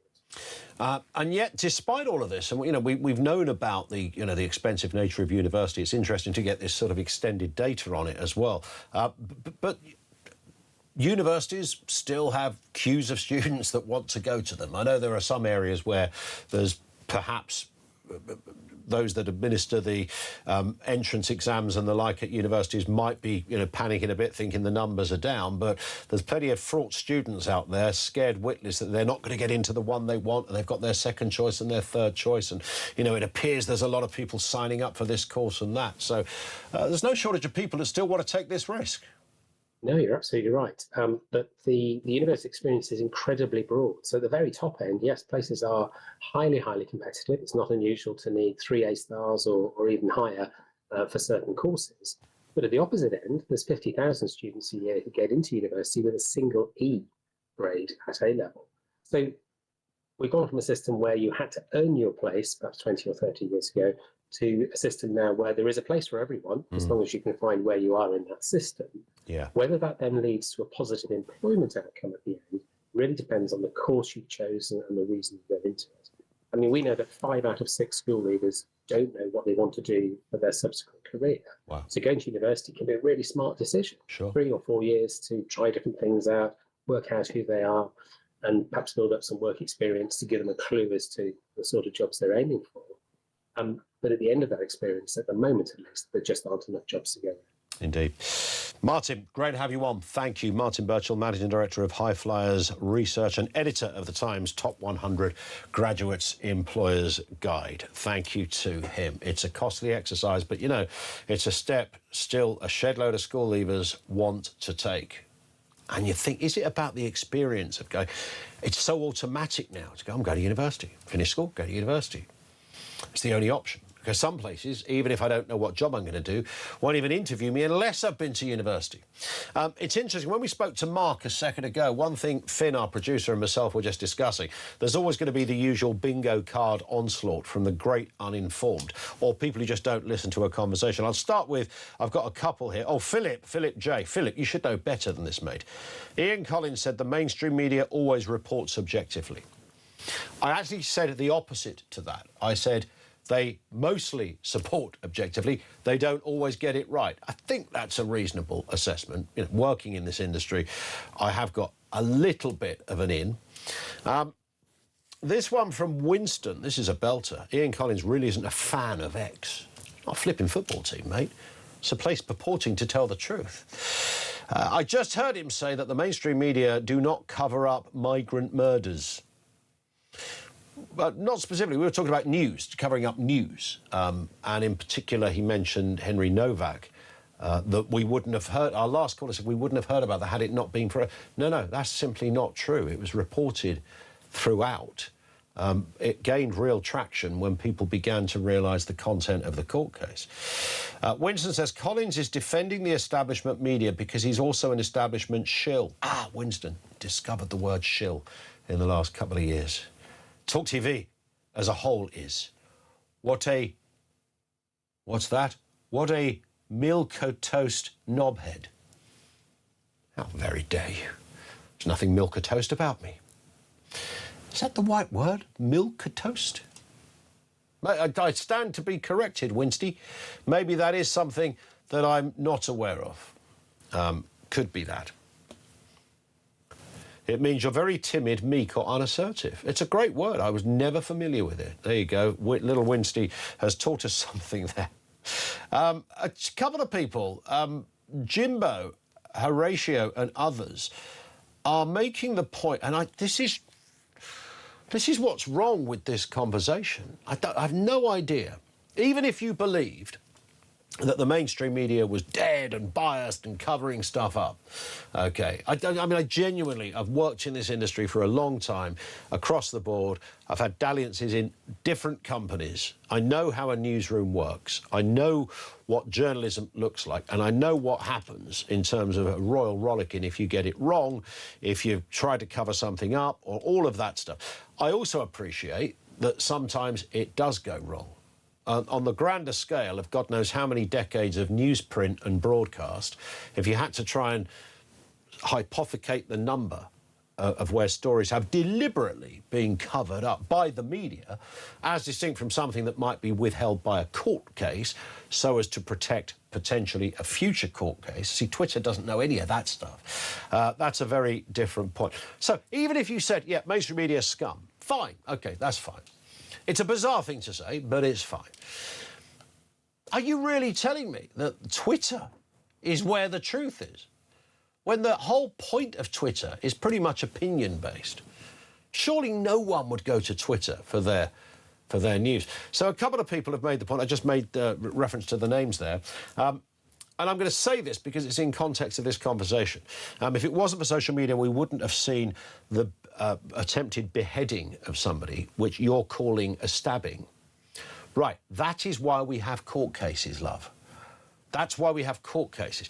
It's not for the media can talk so far about it. I don't know why you'd need to know that information. That's all we have. Should we just do it? These are the same people that got really evangelical about keeping juries. David Lamb is going to get rid of our juries. Outrageous. We have a system. It's historic. It's gone on for decades. If you want to protect that system, if you want to protect all that goes with it, and not start deciding that everyone is an armchair journalist, everyone who calls themselves a citizen journalist, which is cute, another way of saying not a journalist, anyone who wants to do that, fine. But don't simultaneously bang on about juries disappearing because you are partly responsible. You know, it doesn't take very much these days for a good lawyer to get a case cancelled because social media has already released so much information about the accused. They've trodden over all of the information that on any other previous decade would have been, it just wouldn't have been out there in the public domain. And the reason it's not out in the public domain is to protect the authenticity of the flipping law. It's not because it's a secret. It's not because someone doesn't want you to know. This stuff comes out in the end. I get it. Laws change, expectations change, and sometimes politicians and journalists have to catch up with that. But please don't anyone tell me that the bastion of truth, accuracy, authenticity in cases such as this is Twitter because some bloke posted a video. I mean, seriously? But by the way, it's the headline on all media outlets right now. There is a process that journalists go through that social media simply doesn't have to. And if you like your news that way, that's great. But enjoy the misinformation because you'll find much more of it than you would ever find over there in what's laughingly called the mainstream media, which is another way of saying the media. Let's go to Steve in Swansea. Back to Belfast, Steve. Good afternoon to you. Hi, Ian. Great show. Thank you. Yeah, so basically, it's an observation on the reason for posting the video. So you'll have people from one side who will post the video to stir up protesters. They want people to... It's a trigger. I mean, there's one good reason why social media is clearly a bit of a danger, right? Yeah. And then you'll have people on the other side, whether it's a Muslim thing or not, that you could have people saying, look what you could do, you know, have a look at this video. And there will be crazies on that side who'll think, oh, yeah, I could do that. And on X as well, you're so right, because I tell you what, the Iran thing lately, if you believed everything you saw on X, you would think that Iran had sunk every American ship. They'd blown planes out of the skies because they were posting fake videos. They were telling us that, yeah. It was crazy, the amount of it. I mean, some of them weren't even real videos. Some of them were videos of, you know, sort of whatever version of Afterburner is. And it wasn't even remotely real. But yeah, these ex people are just posting it like crazy. Well, I think the bit that bothers me, I think, more than anything, is this case in Belfast will be, you know, if you had the capability to spend the next 3 hours looking at all the different variants of that story, you'll probably find there's already about 1,000 different interpretations of who the person is, what they did, what their motive was, where they come from, how they got here, what their name is. Now, if that's how people like their media, then fine. Now, I wouldn't be allowed to do that because we have certain restrictions that stop you just randomly naming somebody without checking it. Perish the thought you might want to check it. Yeah, not only that, but with AI these days, you can even doctor that to make it look... It's so crazy. Yeah. You would not, I would not go to X for any of my news. No, as I said before, it can be, and there's been cases, and I'm not disputing the fact that mainstream media also post on social media, of course, and there's been cases where mainstream media has been the first place you might have initially seen a news story, not because social media is like almost like one entity is a genius. It's just because if you happen to be in the street and you see an alien land in the high street and you whip out your phone and you might post it onto Facebook or Twitter, then sure, you've got there before they've managed to send Fiona Bruce down there. That's fine. Yeah. That doesn't mean you're better than Fiona Bruce. It's just that you have an avenue to be able to post it. What happens next, of course, is where it becomes really interesting. Listen, it's a great call, Steve. Love talking. Thank you. A bit of a counter to Mark, our previous caller, but it all feeds into the same thing. Is that where you get your news? Or do you do it across the board? I think most people do a bit of that, don't they? You're dipping around in different places to look for news. 0344 499 1000. This is Talk.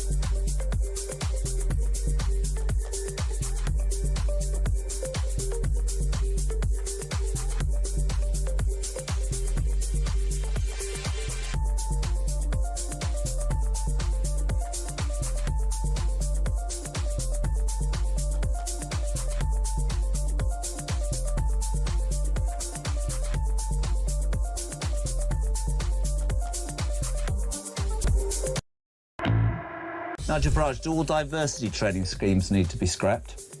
The whole lot. The whole lot. This is where the poison starts. I had a lot of emails from serving and ex-police officers. One guy said, look, there's only one thing I fear as a police officer in terms of losing my job, and that is a member of the public making a complaint that I've acted in a racist way or not acted to intervene in a racist incident. If I miss a murder, if I miss a stabbing, well, that's too bad. But if I miss an accusation of racism, I will be suspended immediately.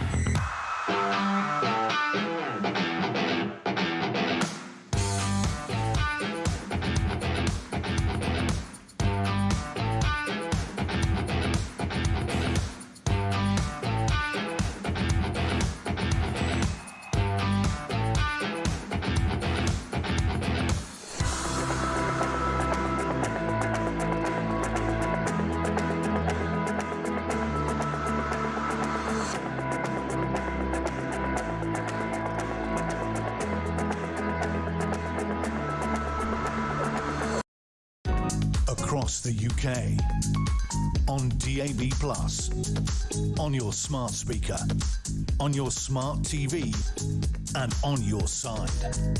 This is Talk. We're back on the phones in just a couple of moments. Now, 4 minutes to 3, Talk Sport have teamed up with Meantime to create a lager in time for the World Cup. It's called So Good Lager, which will be poured from all O'Neill's pubs and some of the best sports pubs across the UK. So whether you're watching the action this summer or settling in for an afternoon with your mates, make sure you check out talksport.com/so-good. That's talksport.com/so-good to find your nearest pub. 18s plus, and of course, please drink responsibly. We've got the voice of doom, of course. Mystery voice, day 11, 12, day 12. Mystery voice, day 12. Very simple. It's a voice. You've got to guess who it is. It's gone on for 11 days. This is the 12th. It's a politician. It's always a politician. Politically connected, male or female, young, old, dead or alive, left-wing or right-wing. Very simply, who is this? In how we think about... Let's hear that again. In how we think about... It's quite brutal, it's short, and I reckon it could run for months, this one. One more time. In how we think about... If you know who that is, 87222. That's 87222. Let's go to Jill in Cornwall. What have you got for us, Jill? Good afternoon. Good afternoon to you. Well, it's just all these problems, all these people being stabbed or jumped on and finding out that the person who committed the crime is Sudanese, I think it said. My concern is I'm getting past the point of thinking that illegal means we're going to have problems. It seems it doesn't matter whether they live legally in this country or they've come in illegally. The problem that we have is the culture that these people grow with. Whether they bring it in or whether it is something that they grow up with, the culture seems to be the problem more so than maybe whether or not they're legal. Yeah. And that's my concern, the fact that we're now having a situation where people will turn around and say, oh, well, it's all right, he was born here, but he's still committing crimes that the people who live in this country, the culture of the people in this country says that they wouldn't do that sort of thing. And that's my concern. Yeah, I mean, that's going to become the debate, isn't it? And it's a case of how do you keep something so, horrendous and horrific that has been viewed by everybody? How do you keep that into a kind of calm context? I totally get why people would lose their minds over this, why people are angry. We should all be angry about that. Do we await, though, for further details before we get angry? And they're the kind of nuances between this whole mainstream media, which is media, and social media, if you like. Listen, Jill, I've got to move because the news is upon us right now. It's 3 o'clock. More coming up right after this.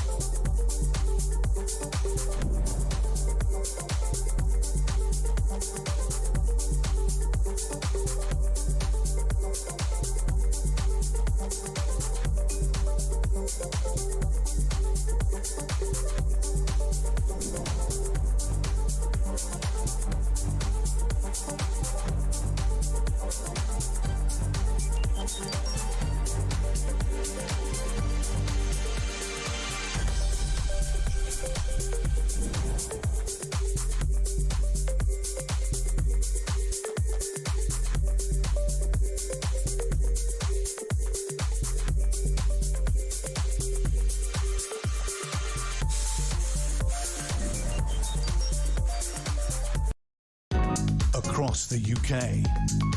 On DAB+, on your smart speaker, on your smart TV, and on your side. This is Talk.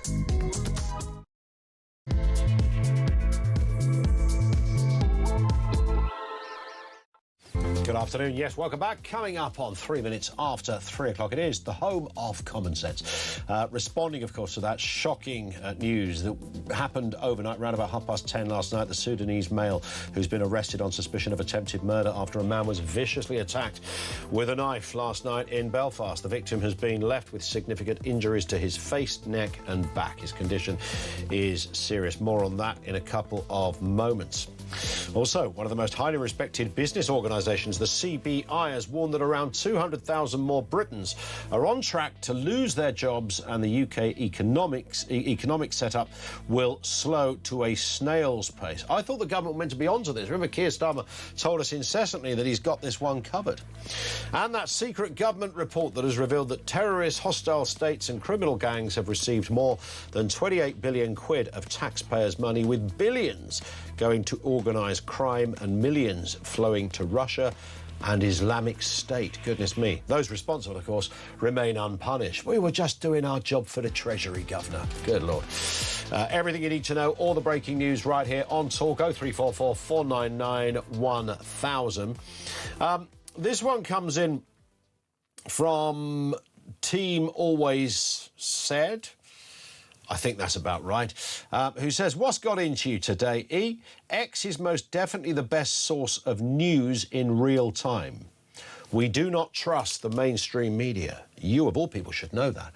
Well, yes, I am genuine. Obviously, I work in this industry, so I'm going to obviously defend it. But even stepping outside of it as a viewer or a listener to things, I get that if you go to Twitter, pretty much every mainstream media organisation, whether it's CNN, ABC in the States, whether it's the BBC, ITV or us in the UK, also posts on social media. So you will get, if you like, real news. I'm talking about the stuff that's made up, the stuff that's invented, the stuff that has sometimes really dangerous speculation on a court case, which could collapse a court case at worst, and certainly could inflame tensions and all of that.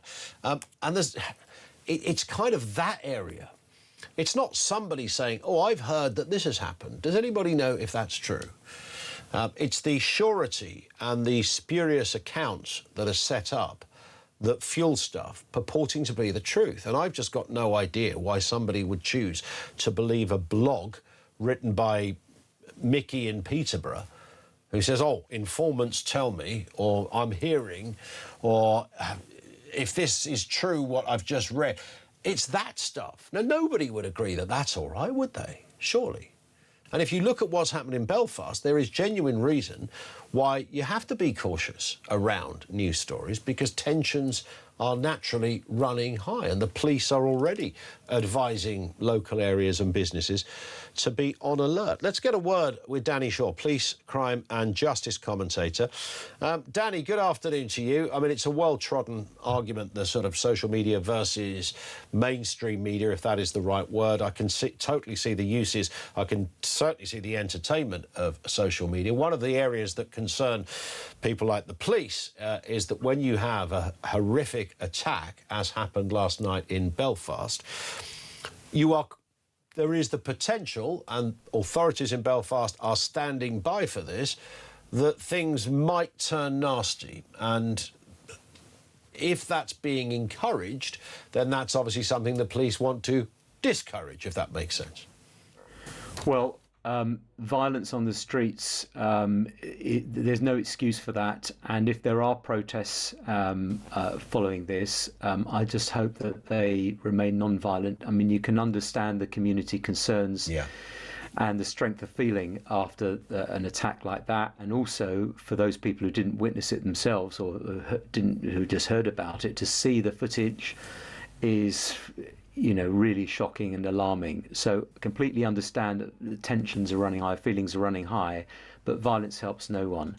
and ultimately it would just create further problems in the community. There will be people who will probably be injured as a result of violence and arrested, and what good will come out of that? So I hope that political leaders will just sort of keep their comments calm and considered, and do everything they can to sort of quell any tensions that are surfacing.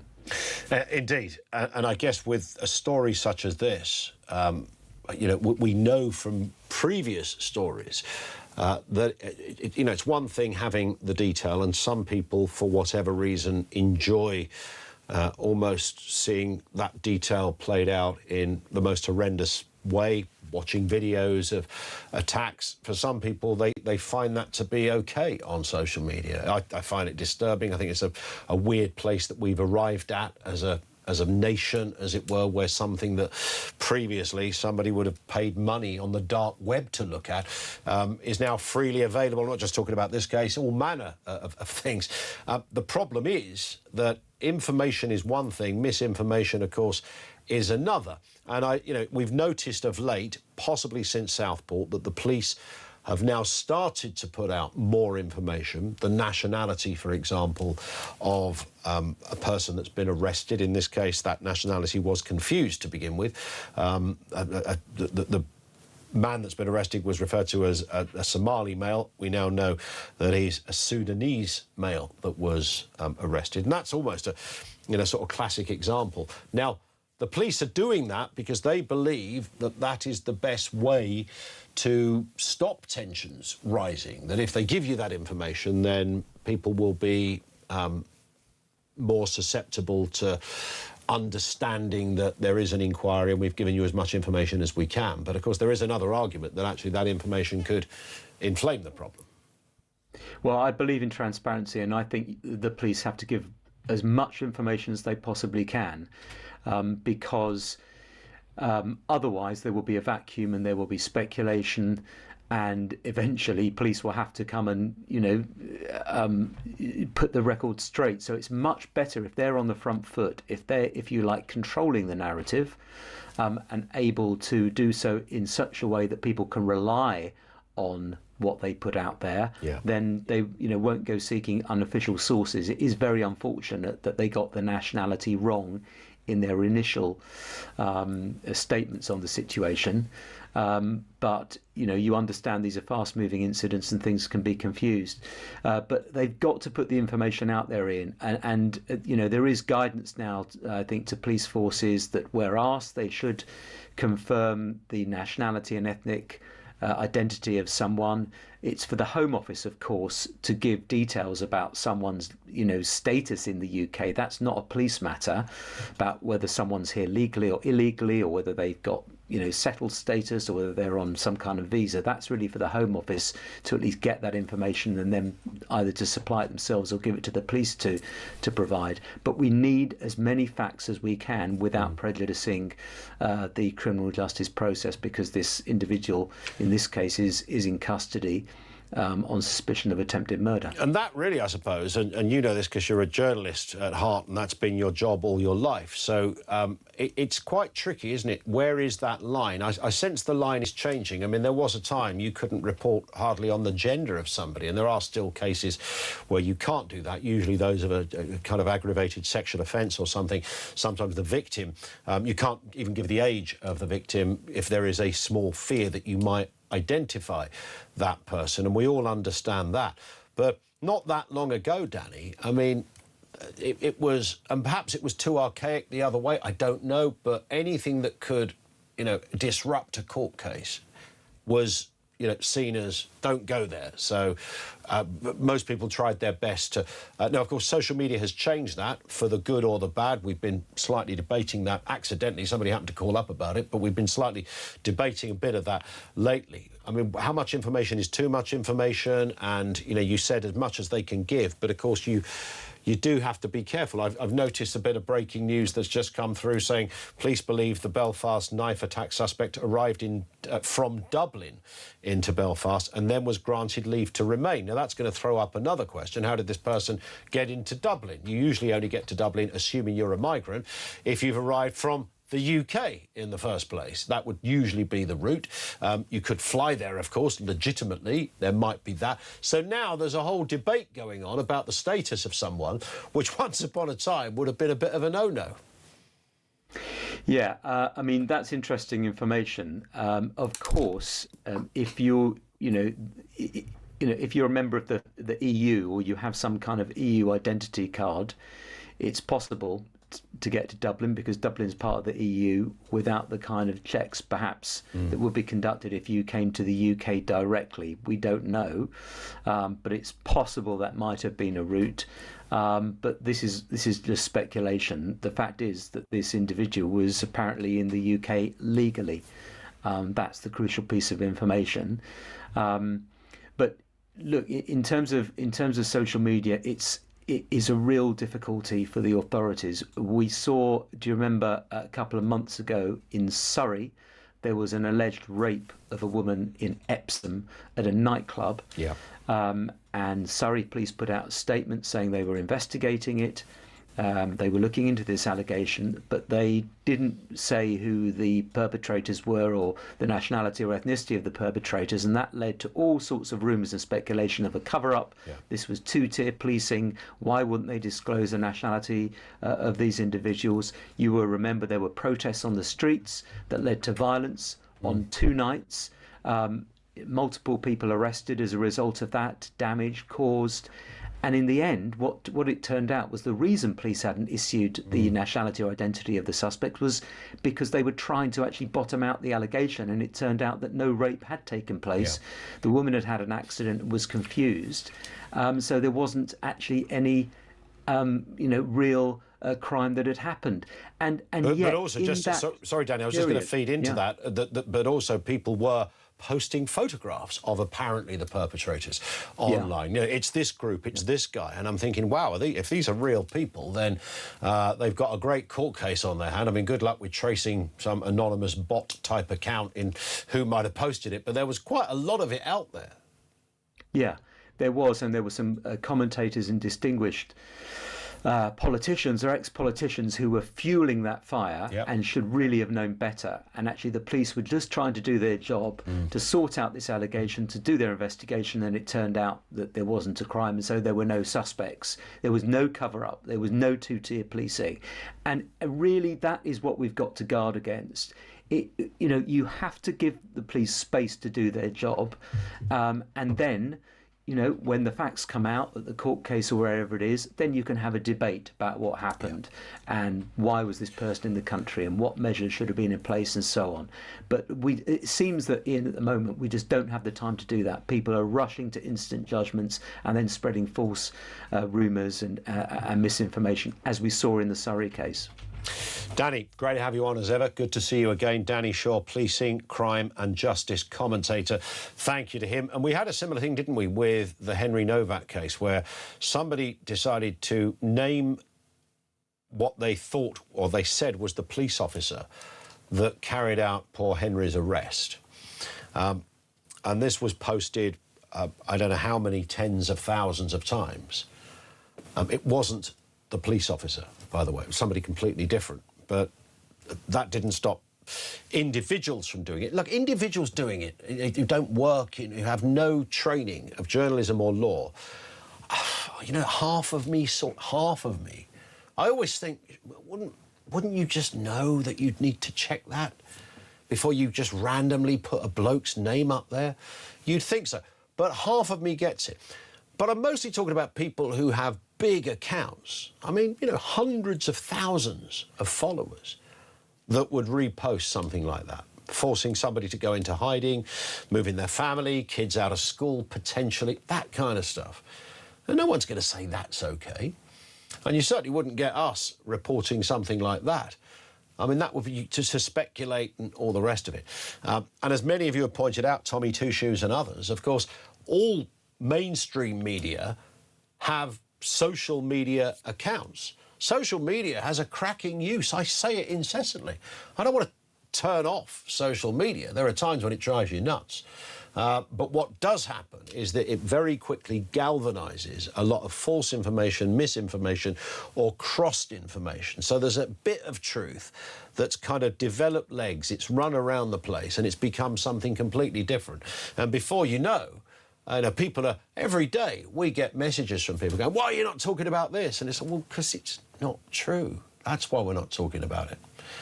So weights and measures and all the rest of it. Rob's in the West Midlands. Rob, what have you got for us? Good afternoon. Good afternoon, Ian. Thank you for taking my call. Pleasure. Mate. What are your thoughts? On the attempted beheading in Belfast. Yeah. If you can stay with me, I will get to my point. But you know how the government are moving the illegal immigrants, whatever you want to call them, out of the hotels into the HMOs? Yeah.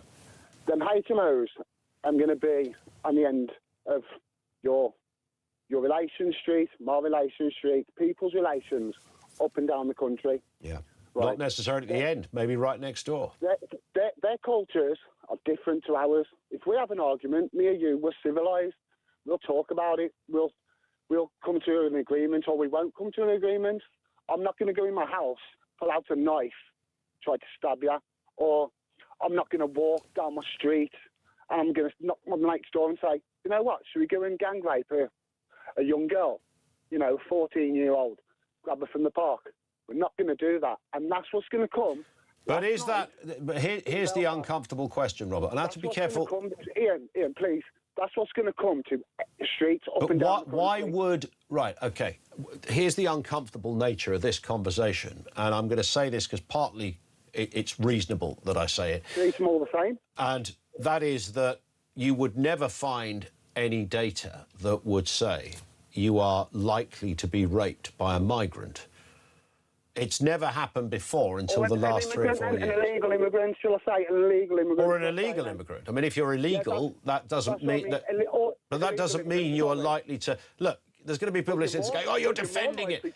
Ian, you're more likely to be. You might not be. Depends on where you are. Depends on who you're talking about. Why would you be more likely to be? More likely to be raped by an illegal immigrant? Yes. If you're a woman in this country. Why would you be more likely to be raped? What are the stats that suggest that's the case? Ian, obviously I haven't got the stats on me, but they're all to see. Afghans are more likely to do it, are they not? No, you're right. I'm not questioning you because I'm not questioning you because I disbelieve what you say. I'm asking you because you're putting forward the argument. Listen, this is the concern I've got. I don't want that next door to my grandma or my mum. I don't want an illegal immigrant not knowing what he's going to do. I don't want any unidentified person who I've got no idea who they are, where they come from, what their background is. We're on the same page on that. You're saying, Dad, somebody's just tried to behead somebody in the street. He's an illegal immigrant. But I don't want that. No, I don't want that. But if you got rid of every illegal immigrant, will we stop sexual assault, murder, and potential nut jobs beheading someone? No, but we're not going to be importing it, are we? It's a great point. That's what I was kind of slightly driving you towards, is that whenever anybody says, and I was slightly playing devil's advocate on this, whenever anybody says, well, obviously not every, I'd imagine, there's probably loads of Sudanese people out there going, it wouldn't enter my bloody head to go and murder someone, stab someone, rape them or anything. I get that as well, but why would you increase a population of people by bringing in mostly young males who you have no idea who they are, often not even any idea where they came from, nothing about their background? If you forget your passport, you ain't getting through Gatwick or anywhere because they don't know who you are. And yet, every day, every week, thousands of people, especially when the sun shines, make that journey, and we have no idea who they are. That is a powerful argument. I get it.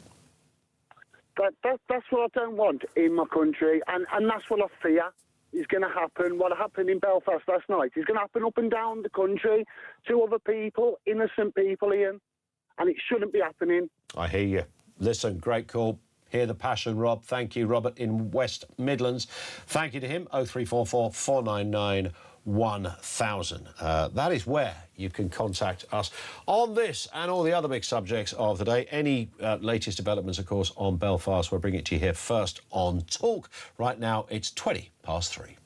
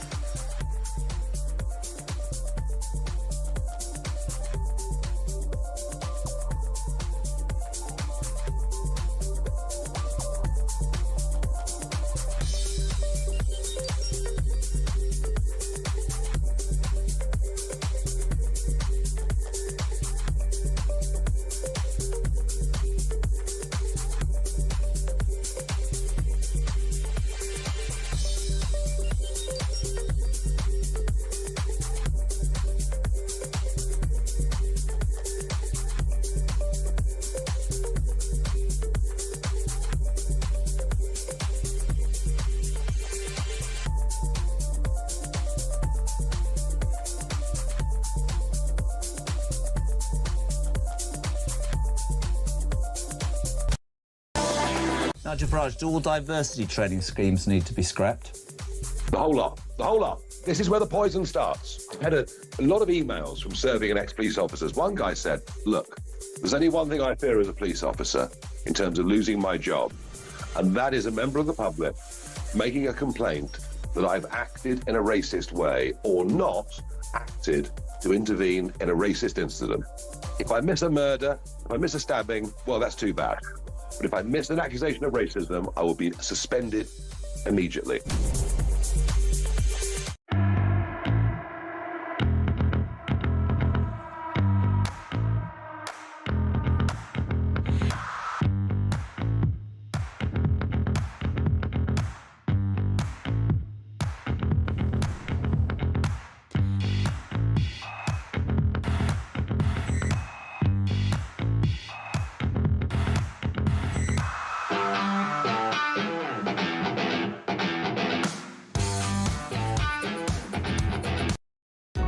Across the UK, on DAB+, on your smart speaker, on your smart TV, and on your side.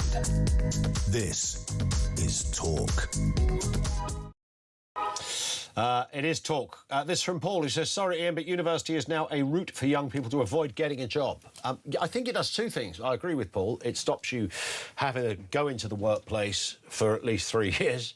But at the end of it, of course, you've got a job. I think it's also so ingrained, not everywhere. There's still a bit of a class component to this, but it's very much ingrained, isn't it, into school leavers that this is what you do. And, of course, for some, it's actually quite an exciting thing to go to university. It's not just about your career, it's an experience. It's like going travelling. Some people go travelling, some go to university. I think it's it's also a lifestyle choice. However, it's fair to say that so many jobs now that young people go for require you to have been educated to university level, regardless of whether that particular degree that you've got is of any relevance to the job you might be applying for, which is kind of a bit weird. 0344 499 1000.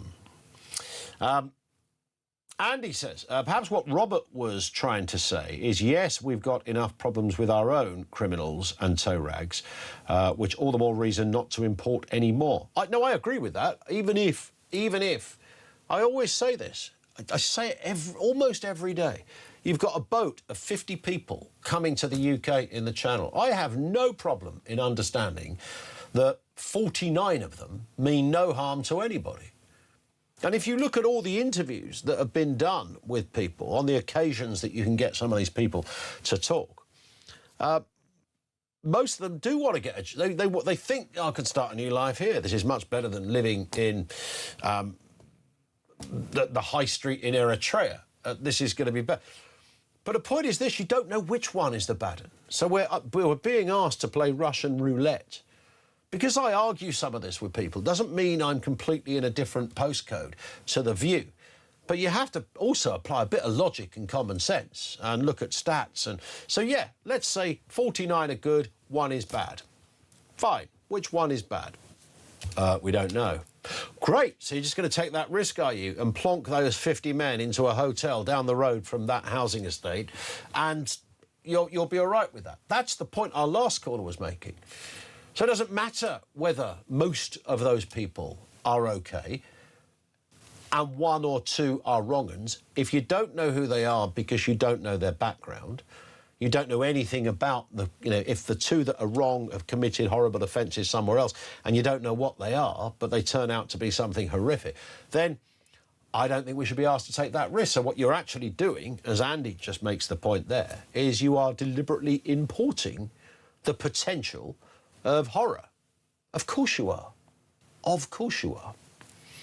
Let's go to Ryan in Chorley on Belfast. Ryan, what have you got for us? How are you, pal? I'm good as gold, Ryan, thank you. What are your thoughts? Yeah, no, just a quick one. Obviously, looking at the pictures from Northern Ireland this morning, it's just throwing back, I was obviously 10, 15 years ago, but you're thinking of the likes of Adibal Arjo with Lee Rigby, Ruda Cabana, obviously 2 years ago. And I'm just thinking it's got to the point now, obviously there's calls for calm and everything in Northern Ireland, but at what point does calm just go out the window? At what point do people have to start thinking, well, hang on, what can we actually do at this point? We're at a point where nothing is getting done. We are just going down a spiral again and again. But isn't the danger that the government have to kind of juggle with, and you can almost hear Starmer writing his script on this one already, but isn't the danger that, let's say the statistics say that there's no case of a Sudanese man previously carrying out an act like this, so we would have to then go, well, OK, so it would be wrong to say to anyone who's Sudanese that you shouldn't be here. Because there could be Sudanese, there'd be Sudanese people of all backgrounds and persuasions. Some have probably lived here for years, go to work every day, have a family, kids go to school. Yeah, of course, but it comes to the point where you have to draw the line. I've been trying to think of an analogy, and I'm just working out in the van today, just plodding around. I'm just trying to think. The only thing I can think of is, say you owned like a doggy daycare centre. This sounds ridiculous. You're probably just going to cut me off. But all dogs are welcome. All dogs are welcome. Everybody's welcome. People keep bringing nasty big pit bulls in, and they just keep offending. They keep being nasty to other dogs. Yep. What does that person do? Do you say all dogs are still welcome, or at what point do we have to say no pit bulls? I'm afraid we've burnt the bridges.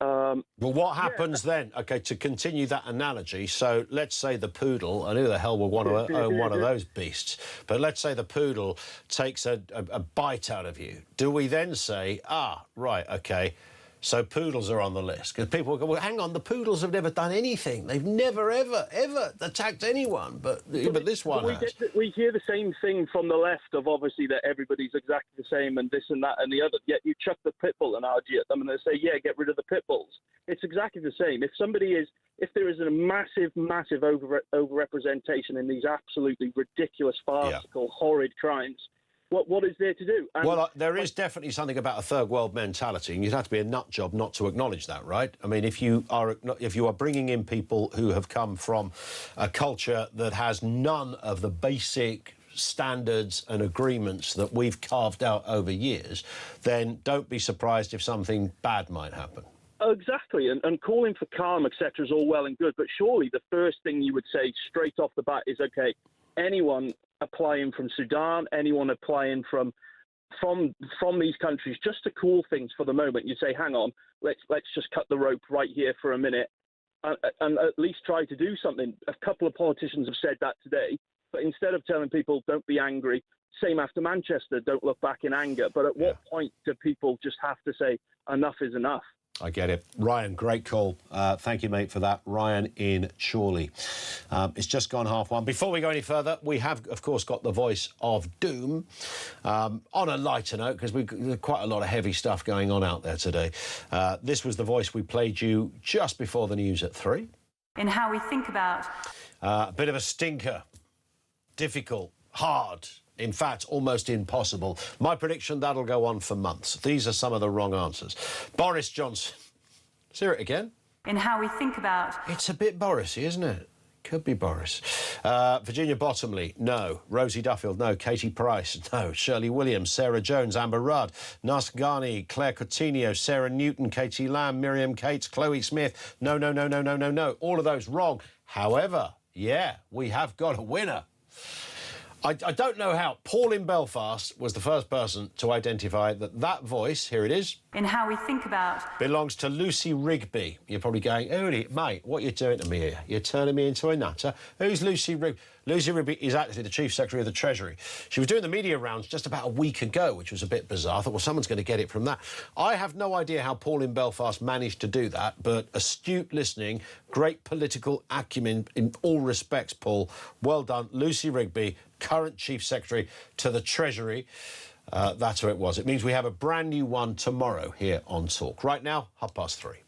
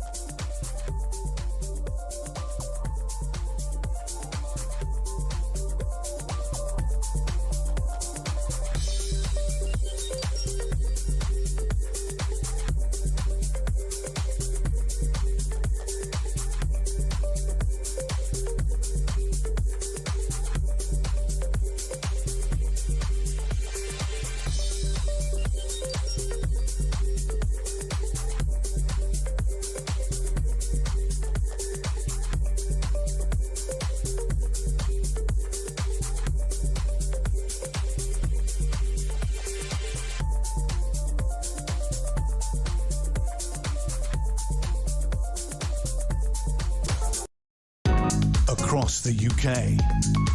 On DAB+, on your smart speaker, on your smart TV, and on your side. This is Talk. Coming up on 25 to 4 right here on Talk. Now, the White House has warned Keir Starmer not to press ahead with a social media ban for under-16s, arguing it threatens free speech and that parents, not governments, should be responsible for their children's online activities. Here's what the Prime Minister had to say yesterday. Today, I'm calling on tech companies operating in this country to introduce device controls that prevent children from sending and receiving sexually explicit images. Because this is not an impossible challenge. But if they choose not to, then we will act and we will change the law. Because when it comes to the safety of our children, standing by is not an option.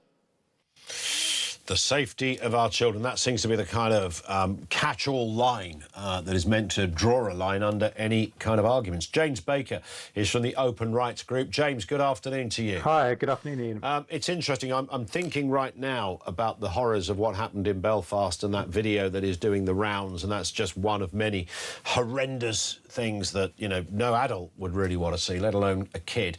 And, of course, when you put it like that, which is sort of how Keir Starmer is framing the question, you go, OK, well, that makes sense. I don't want my child to see that either. But, of course, this debate is much bigger, not to in any way dismiss those concerns, but it's much bigger than that, isn't it? And it's about so much more.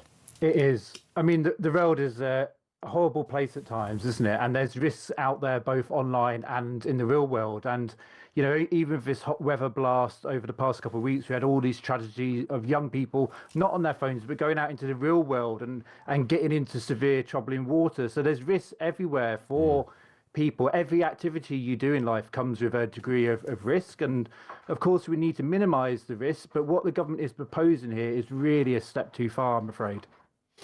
And that's the problem, isn't it? Because the area that concerns me more than anything, James, is it's the precedent, right? It's like, OK, so, you know, we find this stuff offensive, so we don't want the kids to see it.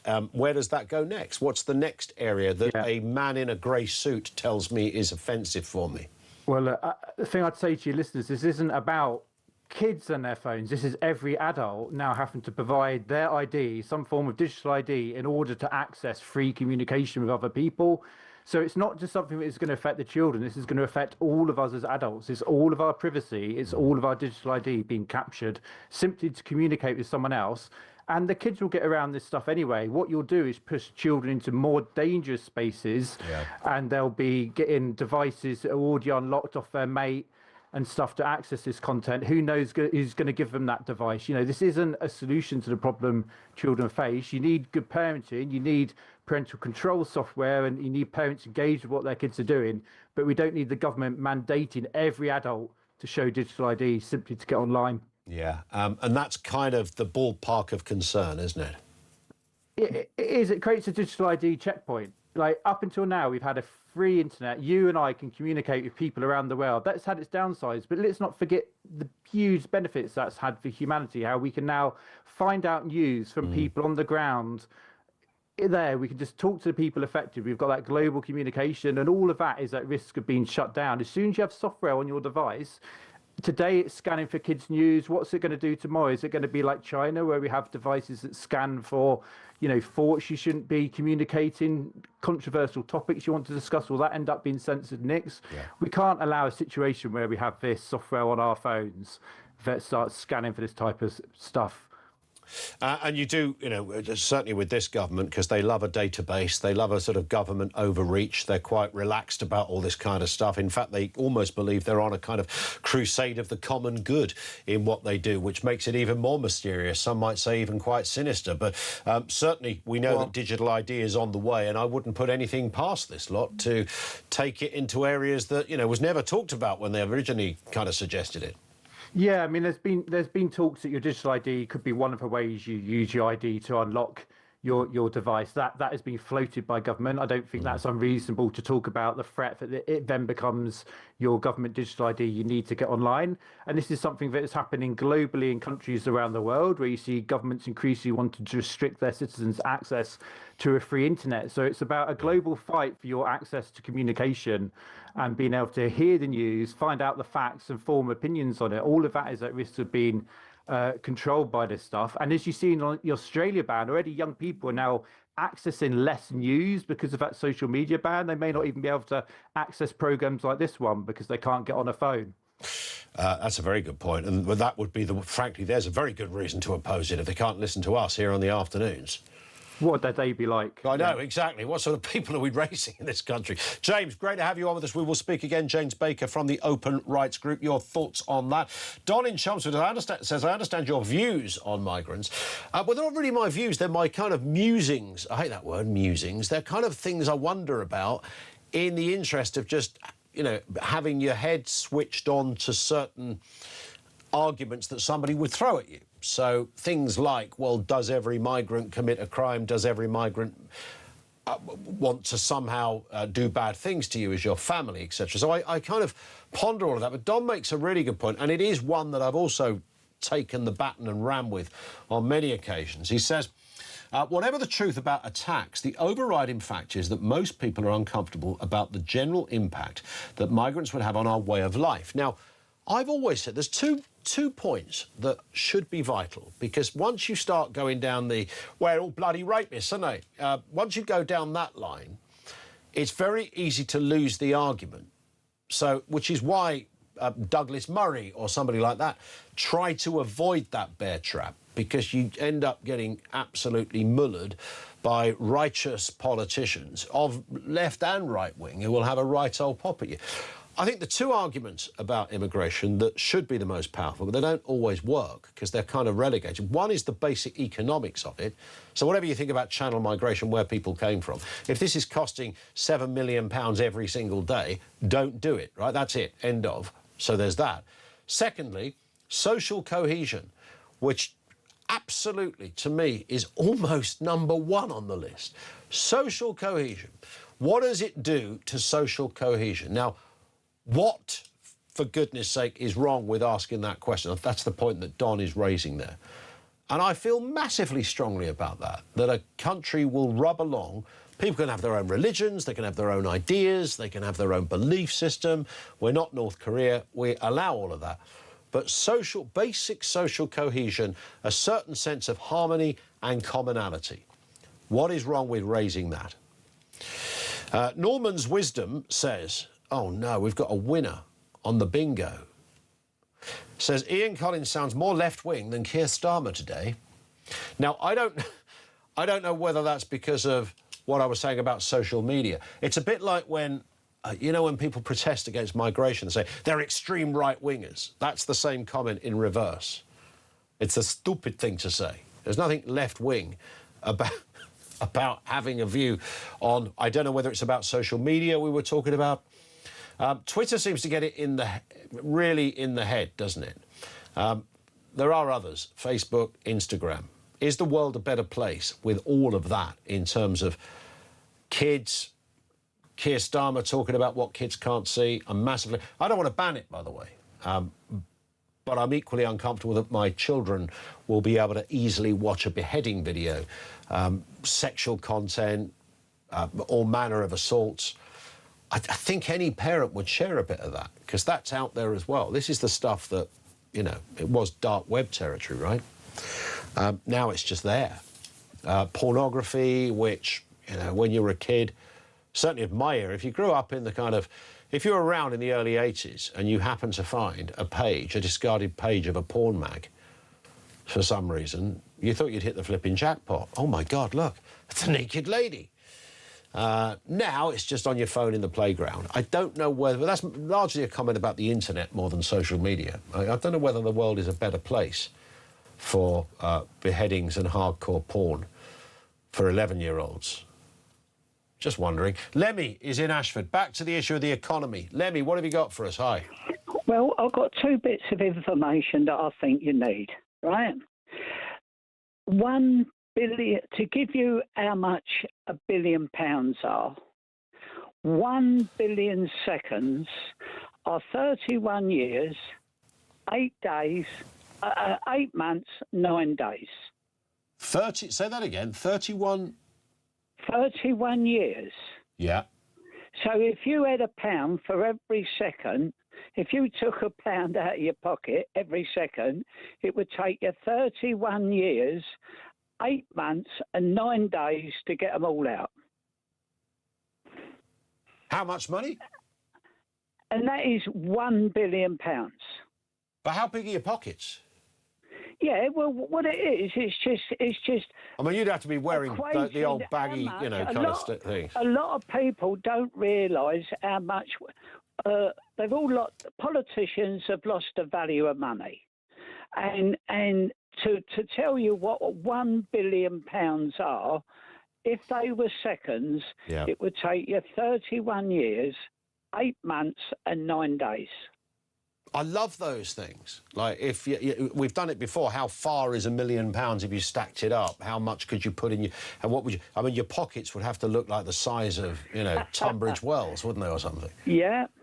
And the other thing, regarding the economy and growth, Labour hasn't got no chance at all, because I've had a lot of experience dealing, as you know, dealing with small businessmen all my life.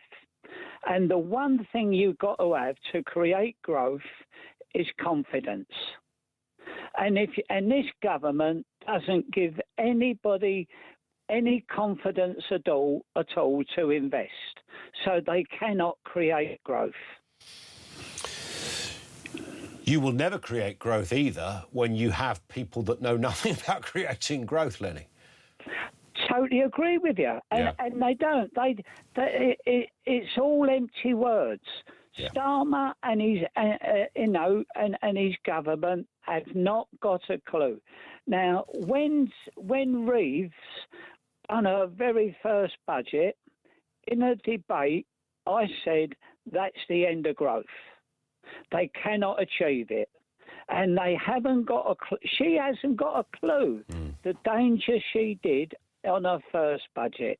And everyone since then, she's just put another nail in the coffin. Yeah. She hasn't got a clue. Got it. I hear you. Lenny, great call. Thank you. Apparently I called Lenny Lemmy twice. Of course, previous singer of Motorhead, who we once interviewed on the show. Not on this show, on TalkSport.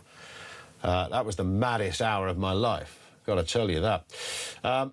Jeff says, Ian Collins is off his rocker. These people are not fleeing a bombed village in Syria. They're coming from France. Why can't they make a life in France? No, I get that.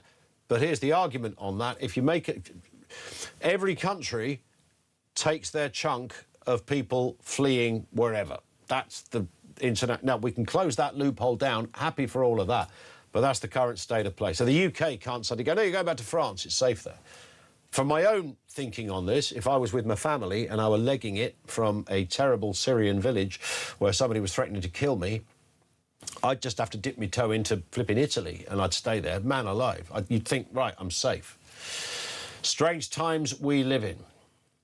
Chris says, if I had a bag of sweets and one sweet was poisoned, would you take a sweet from the bag? No. I was trying to think of a smart answer to that. And that's the point that I was making about the, boats. Do you take that risk? I don't think you do. 0344 499 1000. Now, the FIFA World Cup kicks off next Thursday. That's a week. What day is it today? Tuesday, isn't it? You're thinking it's Wednesday. A week this Thursday. So, exciting stuff, as we know. Our friends at TalkSport are sending you and a mate straight to New York City with Adidas, the tournament's official match ball supplier. It is the ultimate trip. It's England facing Panama, MetLife Stadium, return flights, hotel, match tickets, spending money, the whole lot taken care of. Plus, Adidas is throwing in the official Trayonda match ball. Oh, and a fresh pair of boots as well. Don't miss out. This is how you could enter. For your chance to win, head to our friends at talksportwin.com or text TALK to 83338. Text costs £2.50 plus your standard network rate, or call 0343 418 7260. Lines close on the 12th of June 2026 at 4 p.m. That's when you'll need to answer your phone if it rings. 18 plus, UK residents only. This is a network promotion. Full T's and C's at talksportwin.com. So for your chance to win, text TALK to 83338 now.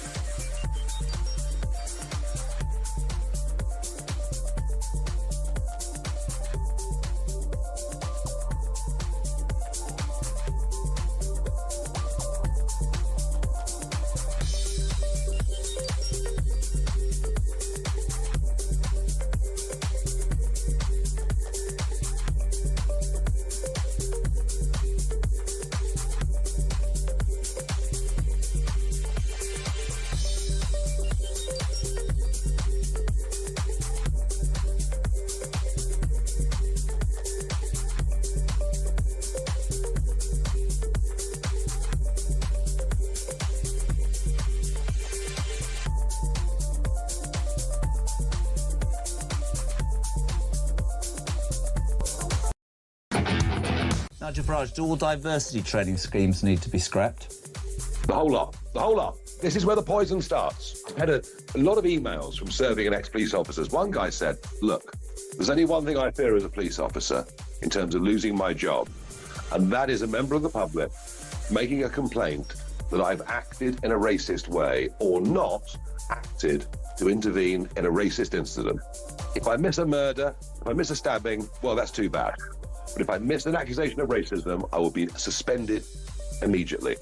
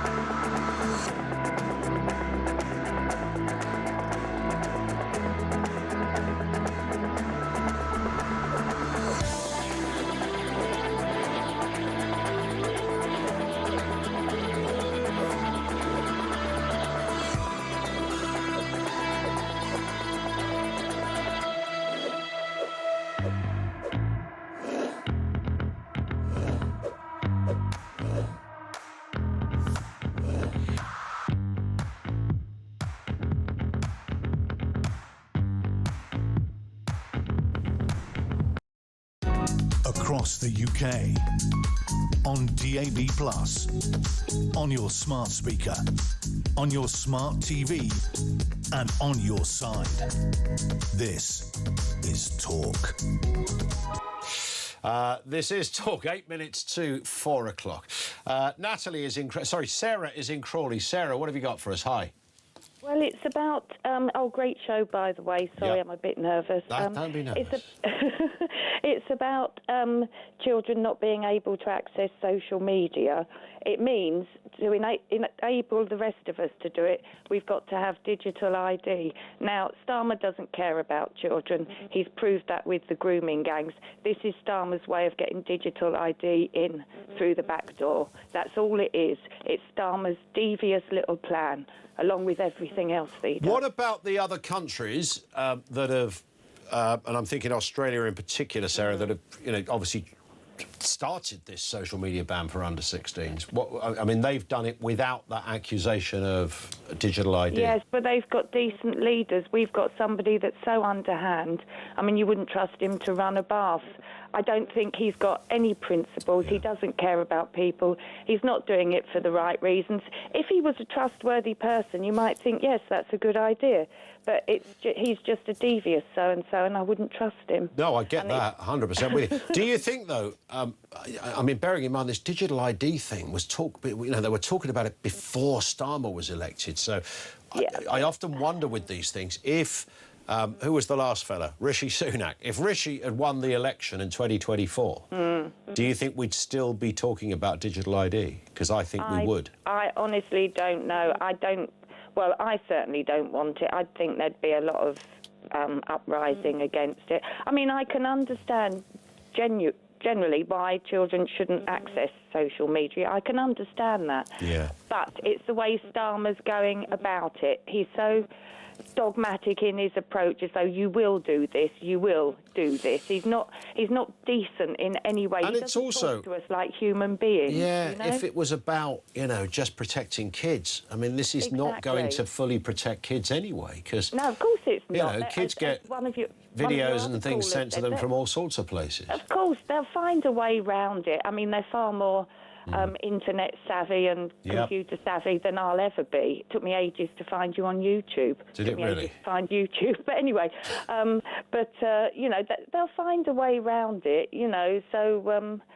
and it's the way Starmer talks to us that gets my back up anyway, as though you will do this, you will do that. George Orwell was right. He was just 40 years too early with his date under Starmer. That's my opinion. I hear you. Sarah, great call. Thank you very much indeed for that. Sarah in Crawley. It's kind of different, isn't it? I'd love to be in that parallel world where we could know for sure what would have happened had the Conservatives won the last election. I think the digital ID thing would still be happening. Remember, whenever we talked about COVID passports, that predates Rishi, that goes back to Boris. The conversation was always, it's a way of getting us used to digital ID. That was talked about incessantly. And there's a guy I talk to often at the gym. I won't mention who he is, but he works in a kind of very deep and skilled IT area. And I said to him, there's some political parties that are saying they will scrap digital ID.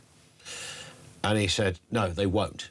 I promise you they won't. It's gone way too far in terms of the infrastructure that's being put in place online, the kind of digital map that is needed to make it happen. He said, this has been going for a long time. This is happening.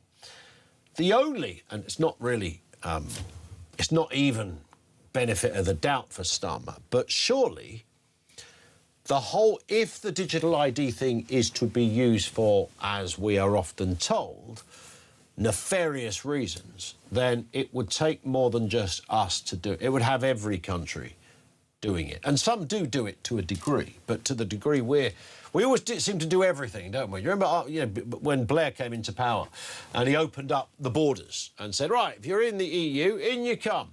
He didn't have to open the borders fully at that time. He could have just said, actually, we're allowed to do this in smaller numbers to see how it goes. We're allowed to do that. That wasn't against the EU rule. Believe it or not, for all the bloody rules the EU have got, that wasn't one of them. You were allowed to do a gradual process that would have allowed you to test the water or come to your own conclusions, whatever.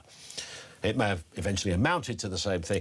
But Blair went, no, we'll just open the borders. And I see this with the sort of AI thing. I mean, there are places that have kind of digital ID that don't take it to the kind of levels that we are concerned about over here. But I reckon if this thing comes in full pelt, we'll be embracing it at every nook, cranny and flipping level. There's just a sense of that, right? Great calls this afternoon. One or two rows, a few disagreements, but mostly it's been quite fun, isn't it? And loved every bit of it. Kevin O'Sullivan is going to be here after the news at 4. As you already know, the news agenda is absolutely packed. It's often disturbing, and today is no different, Kev. Absolutely not. And you know what's going to happen? There's a big protest in Belfast tonight, a righteous protest. Let's hope it's peaceful.